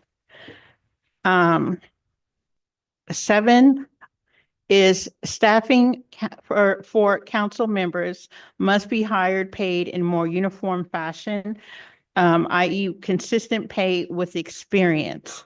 This is important as it addresses the unfair hiring practices within our system and taking advantage of unexperienced staff. and specifications would staff must have experience to be in their position and be paid a standard living wage across the board. And that's group 3. All right, right on. And group 2, did you have one more, or are you good? You were good a moment ago. Okay. It was a repeat. Okay, great. Fantastic. Okay, awesome. Well, that's a lot that staff at the moment are busy sticking tape to and putting on the board out there. If things don't end up quite in the right category, or you want to create more categories, that's okay. We can do that tomorrow. Don't worry about that when you see it out there too much. Before we do any voting, we're going to do a very rapid go around of the entire room for the first time. Now, you don't have to speak if you don't want to. If you feel like, hey, what I have to say is on those sheets out there in the why this is important, that's good. It'll help us move along and make up for the tow trucks. But everybody will have 30 seconds. Andrew is timing back here, and Hunter's going to go around with the mic. And this is 30 seconds for you to say anything about one of these that you think your fellow delegates should really pay attention to, why you think it's really important for them to vote for. So you can this is your chance to speak to one of these. Now, there'll be many more opportunities tomorrow to continue to speak for these different ideas. But before this first prioritization, this is an opportunity to do that. Anybody want to go first? Is that a volunteer to go first, or do you have just a general question? Okay, all right, rock on. Let's go. Start the timer. Go for it. I think it's real clear that people want more people in city council. I think it was super important that we saw what was on the ballot in 1999 and that there were 2 choices for changes in the city council. I'm the one who proposed that we have only 1 choice on the ballot because this is to avoid splitting the votes. I know it's a subtle thing, but politicking is sometimes about disenfranchising voters. So yeah. And sorry, if you can finish your sentence, though. I forgot to say that. Finish your sentence. But thank you. Gosh, that was extremely efficient. Finish your sentence. Sorry, as I was silenced. Yeah, so yeah, so supporting what goes on the ballot is important about also on the content too. So making sure that we're focused and that we have an option. Okay, super. Let's go to other folks at that group first. Okay, let's stick with group 5 just to keep the microphone, the whole thing clear. Would anyone else at group 5 like to speak to anything that's on the wall out there? Okay, all right. Let's jump up to group 2. That's fine. Thanks. Heard that we had a lot of different numbers thrown out in terms of the size of the city council, and I think we just need to be really cognizant that we're basically could be displacing some people or taking away their power. So I think our recommendations need to be reasonable. Okay. Anybody else at group 2? Let's stick with group 2 really fast. Yeah, great. Regarding the idea of a COO, I just wanted to comment that in my neighborhood, one time they paved the street beautifully and a month later they dug it up to put pipes. So I think that's why a city operations officer would be wonderful. Okay. So, thank you.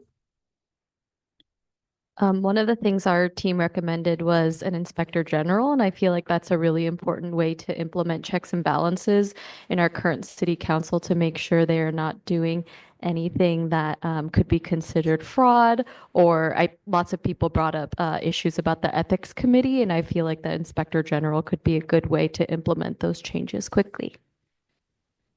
All right, thanks. Anybody else at group 2 want to say a piece? Yeah.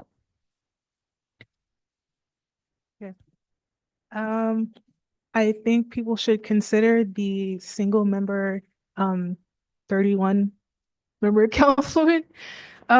mainly because like I read the supportive document for a collective analysis on the three models of expansion.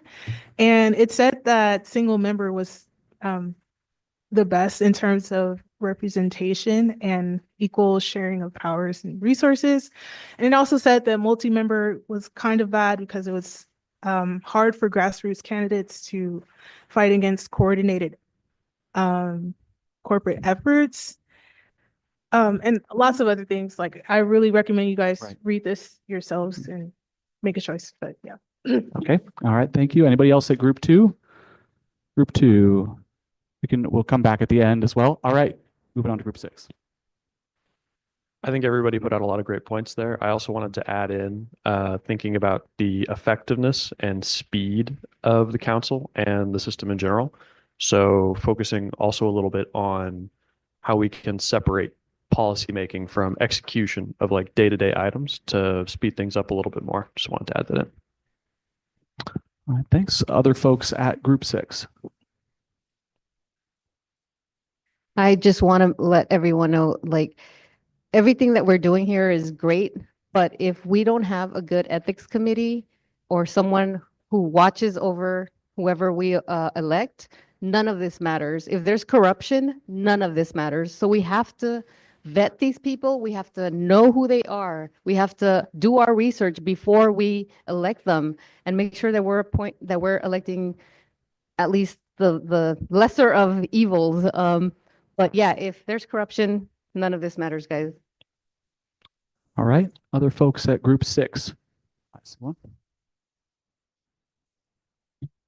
I think the appointment of an independent inspector must be, and it's critical, must be appointed by an independent council, mainly from residents of the city of Los Angeles. All right. Anybody else at group six? All right. And by the way, I forgot to say, if you're group seven and you're kind of spread out, just go with whoever you're seated with right now. All right, we'll go on to group what is that, 3? Yeah, group 3. Yeah. Go for it. So I'd like to reiterate what everybody just said right now about the Inspector General. I thank you guys for saying that. We need an oversight. Like, it's vital. It's absolutely vital. I'd like to reiterate what you just said. It's extremely vital to have that Inspector General and a good ethics committee. And another thing I would like to say as well that I haven't really heard anybody speak about is about how the policies that we want to propose, everybody has really good ideas, but we need to put this in a way that the general population can understand, because not everybody has the time to be researching all day. So put it in a way that most people can understand. I think that's another good thing as well. Thank you. All right. Thank you. Other folks seated at the group 3 table. All right.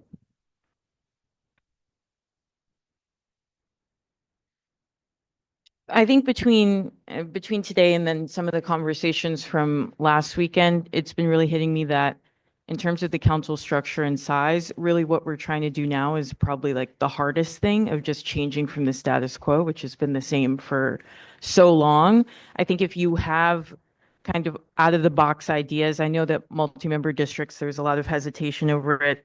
A lot of people have gravitated towards hybrid. I have as well. But it's probably worth going for the thing that you actually think is the most effective, just in case this big change that we're making now is the only change that's possible. All right. Thank you. Other folks seated at group 3. So group 3. All right. Head back over this way. I take your pick.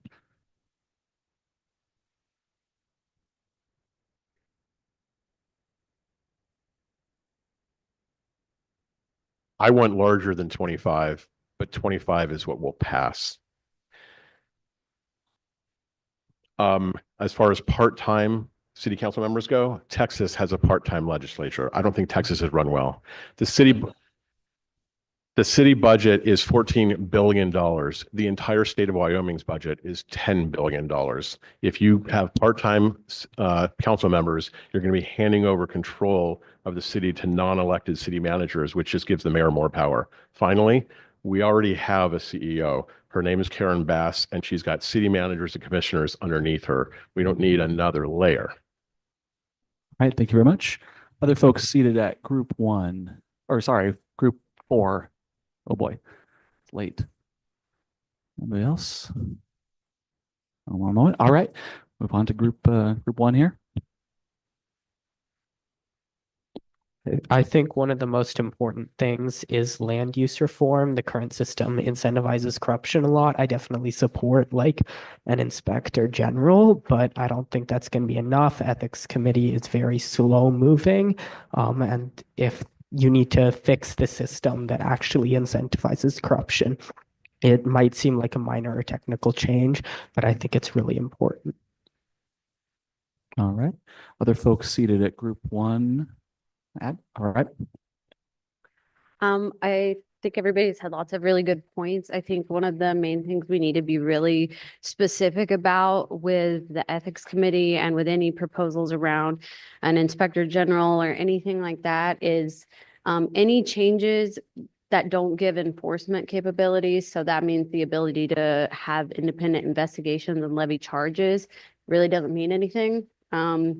We need to make sure that whatever we decide on as a group in terms of ethics and corruption, that we empower that committee and that individual with the ability to have oversight over all of city council and the mayor, as well as enforcing those investigations and the result of the investigations. If criminal charges need to be filed, we need to make sure that whoever has that ability actually is given that authority to do that.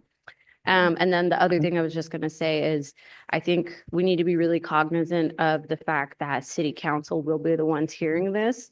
And any proposal which is going to fundamentally strip them of their everyday duties, they're never going to support it, because why would I vote to take away my own job? So that's my 2 cents on that. Okay, thank you. Anybody else at group one? Else group one? All right. Anybody who has not spoken during this period want to chime in? Oh my gosh, y'all. This beautiful right back on time again. Hey, yo. All right. As I say, won't be the last time at all. We'll have much more expansive time tomorrow for y'all to discuss in the big room here. For now, it's fun marker time. Yay. Hunter, could you check and see how they're doing out in the hall, if they're ready for us? Okay. This starts with me explaining how this is going to work. First of all, does everyone have a marker? Anyone not have a marker? Okay, great. All right. So what you're going to see out in the hallway is you're going to see these sheets up in categories as best as we could put them up there quickly, with the idea sheets and then with this sheet right underneath it. Well, actually, it'll be this sheet, but folded. What you're going to see is something like this. So what you'll do is read what's above it, think for just a second, then open the sheet and put your mark in one of the 5 spots where you want it to go. Either strongly agree, or somewhat agree, or neutral, or don't know, disagree, or strongly disagree. As you can see, they have points associated with them. That's how we're going to make up the whole list, prioritize everything. Strongly agree is 2 points, somewhat agree 1 point, 0, -1, and -2. Okay, so you put your mark on there like that. Haha. See what I did there? Okay. And this, just a couple more notes about voting. So yeah, read them first with the fold down, and then pull the fold up. This is to help reduce something called groupthink. A lot of times when you see that a lot of people are voting for one thing, it's really easy to be drawn to, I'll just jump on the bandwagon over there. This will help you just take a moment and decide how you actually feel, you personally.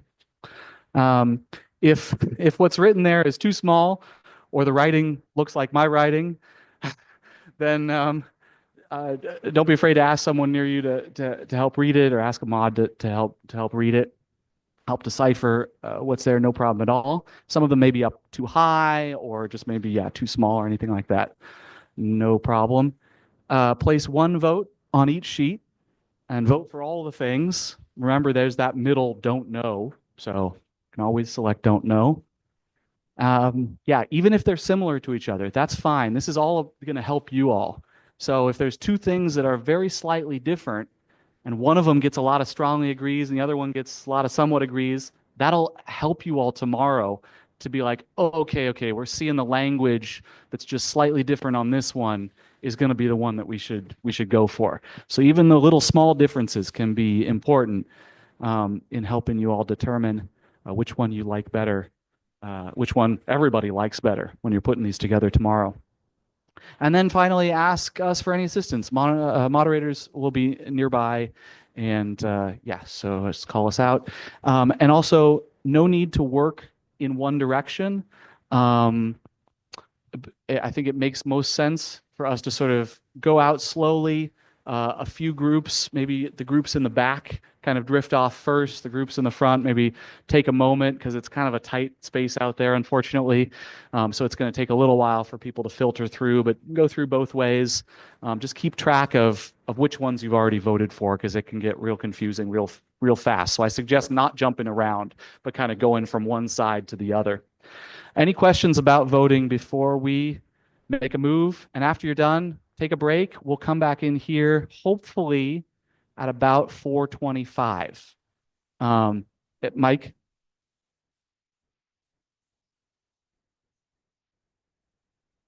Oh yeah, good pointing. I've been saying voting, but this isn't like a traditional voting. This is going to end up with this prioritized list. So nothing's dropping off, nothing's going away. This is all to help you all tomorrow. And if you remember, what's going to happen tomorrow is you're going to be working within these different categories. Some of you will be working on ethics or et cetera, et cetera. And you'll have this lovely list in front of you that says, hey, these are the ones that really rose to the top. These are the ones not so much. But those ones at the bottom, they're not going anywhere. They just might become like a minority report later in the day. Somebody might take those on and add those to the bottom of the report. Is that, am I getting that? Okay. Fair enough. Any other questions? Yeah, after you're done, feel free to take a little breather and be back in here no later than 4:25, maybe a little earlier, hopefully. And we'll get out of here on time. All right, rock and roll. Back groups first, please.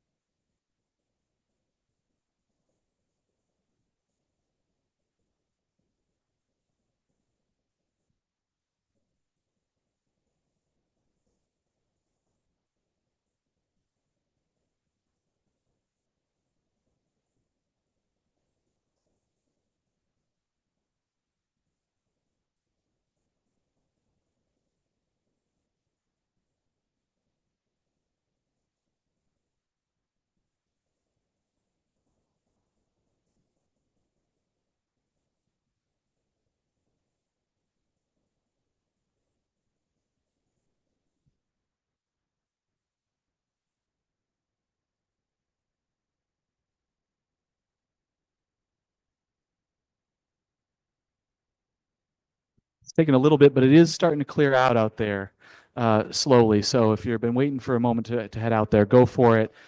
As you can see, this is moving a little bit slowly. So I'm sorry. We try really hard to always end on time. We might go a little bit over. If you need to leave, do what you need to do. Just talk to one of us first, if you would.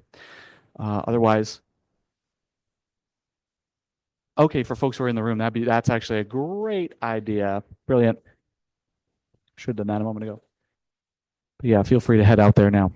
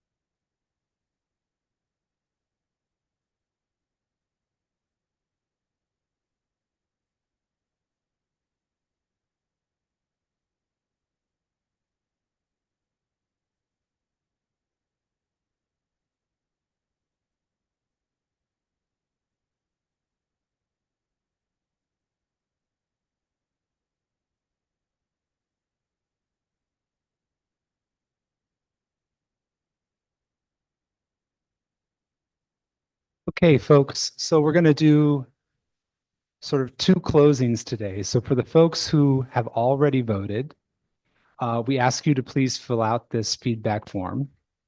And then a few announcements for tomorrow. First, we have three notes. We really want to encourage you to be here before 10 a.m., around 9:45, so we can get started. Tomorrow's going to be a big day of deliberation, so we'd like to start on time. Second, tomorrow is daylight savings time. So the clocks spring forward. So please remember, write yourself a little note to change your clock so you wake up on time, your alarm. And then also tomorrow is the LA Marathon. So there's lots of street closures going on. And do we have the map for that, Lynn?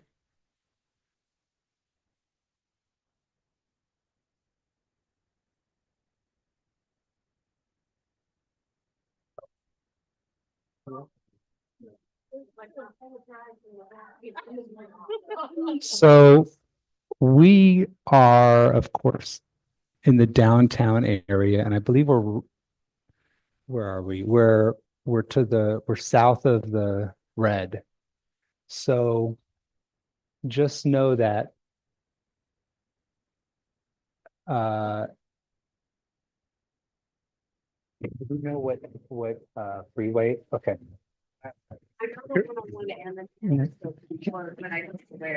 Okay, maybe we can look into the highway closures. Okay.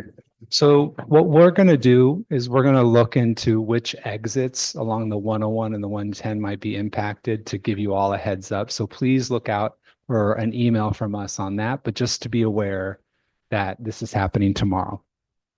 Okay, so if you voted and if you filled out a feedback sheet for today, if you don't have a feedback sheet, please feel free to get one. And if you've already voted and filled this out and you've heard the 3 important announcements for tomorrow, you are free to go.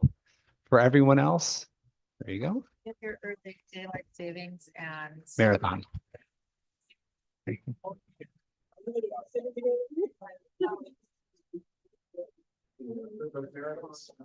Yeah. Yeah. Yeah. So we're going to do our best for folks to start here at 10, but understanding the marathon situation. Thank you so much. Okay.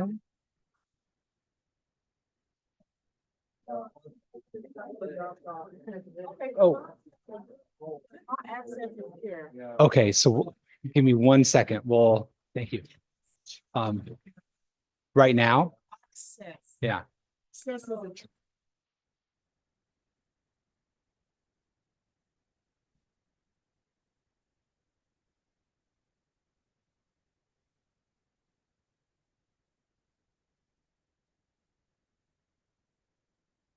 We've also received an item, some glasses. If anyone's lost their glasses, they were left, I think, outside in the hallway. No one?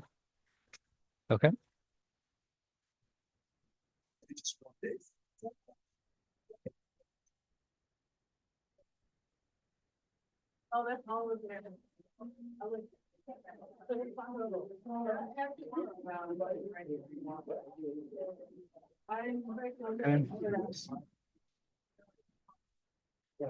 Okay, thank you.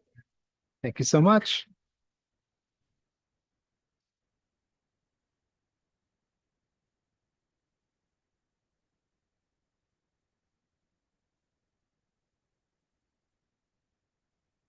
Okay.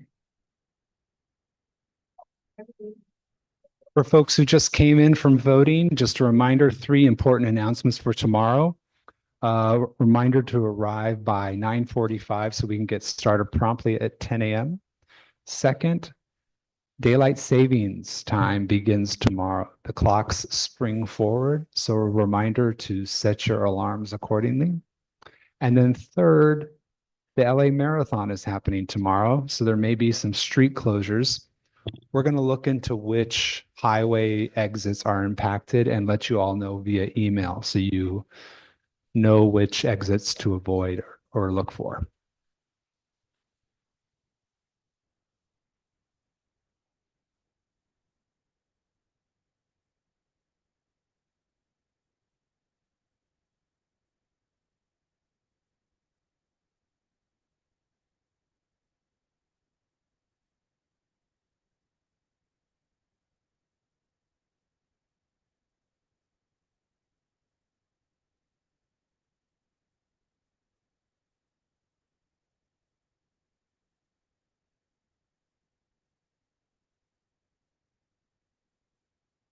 And if you have any trash, food, we ask that you help us with the cleanup by just putting that in the trash can outside.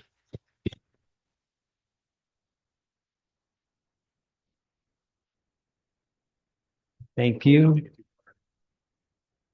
Can I make an announcement in the hallway? Yeah, just glad you can.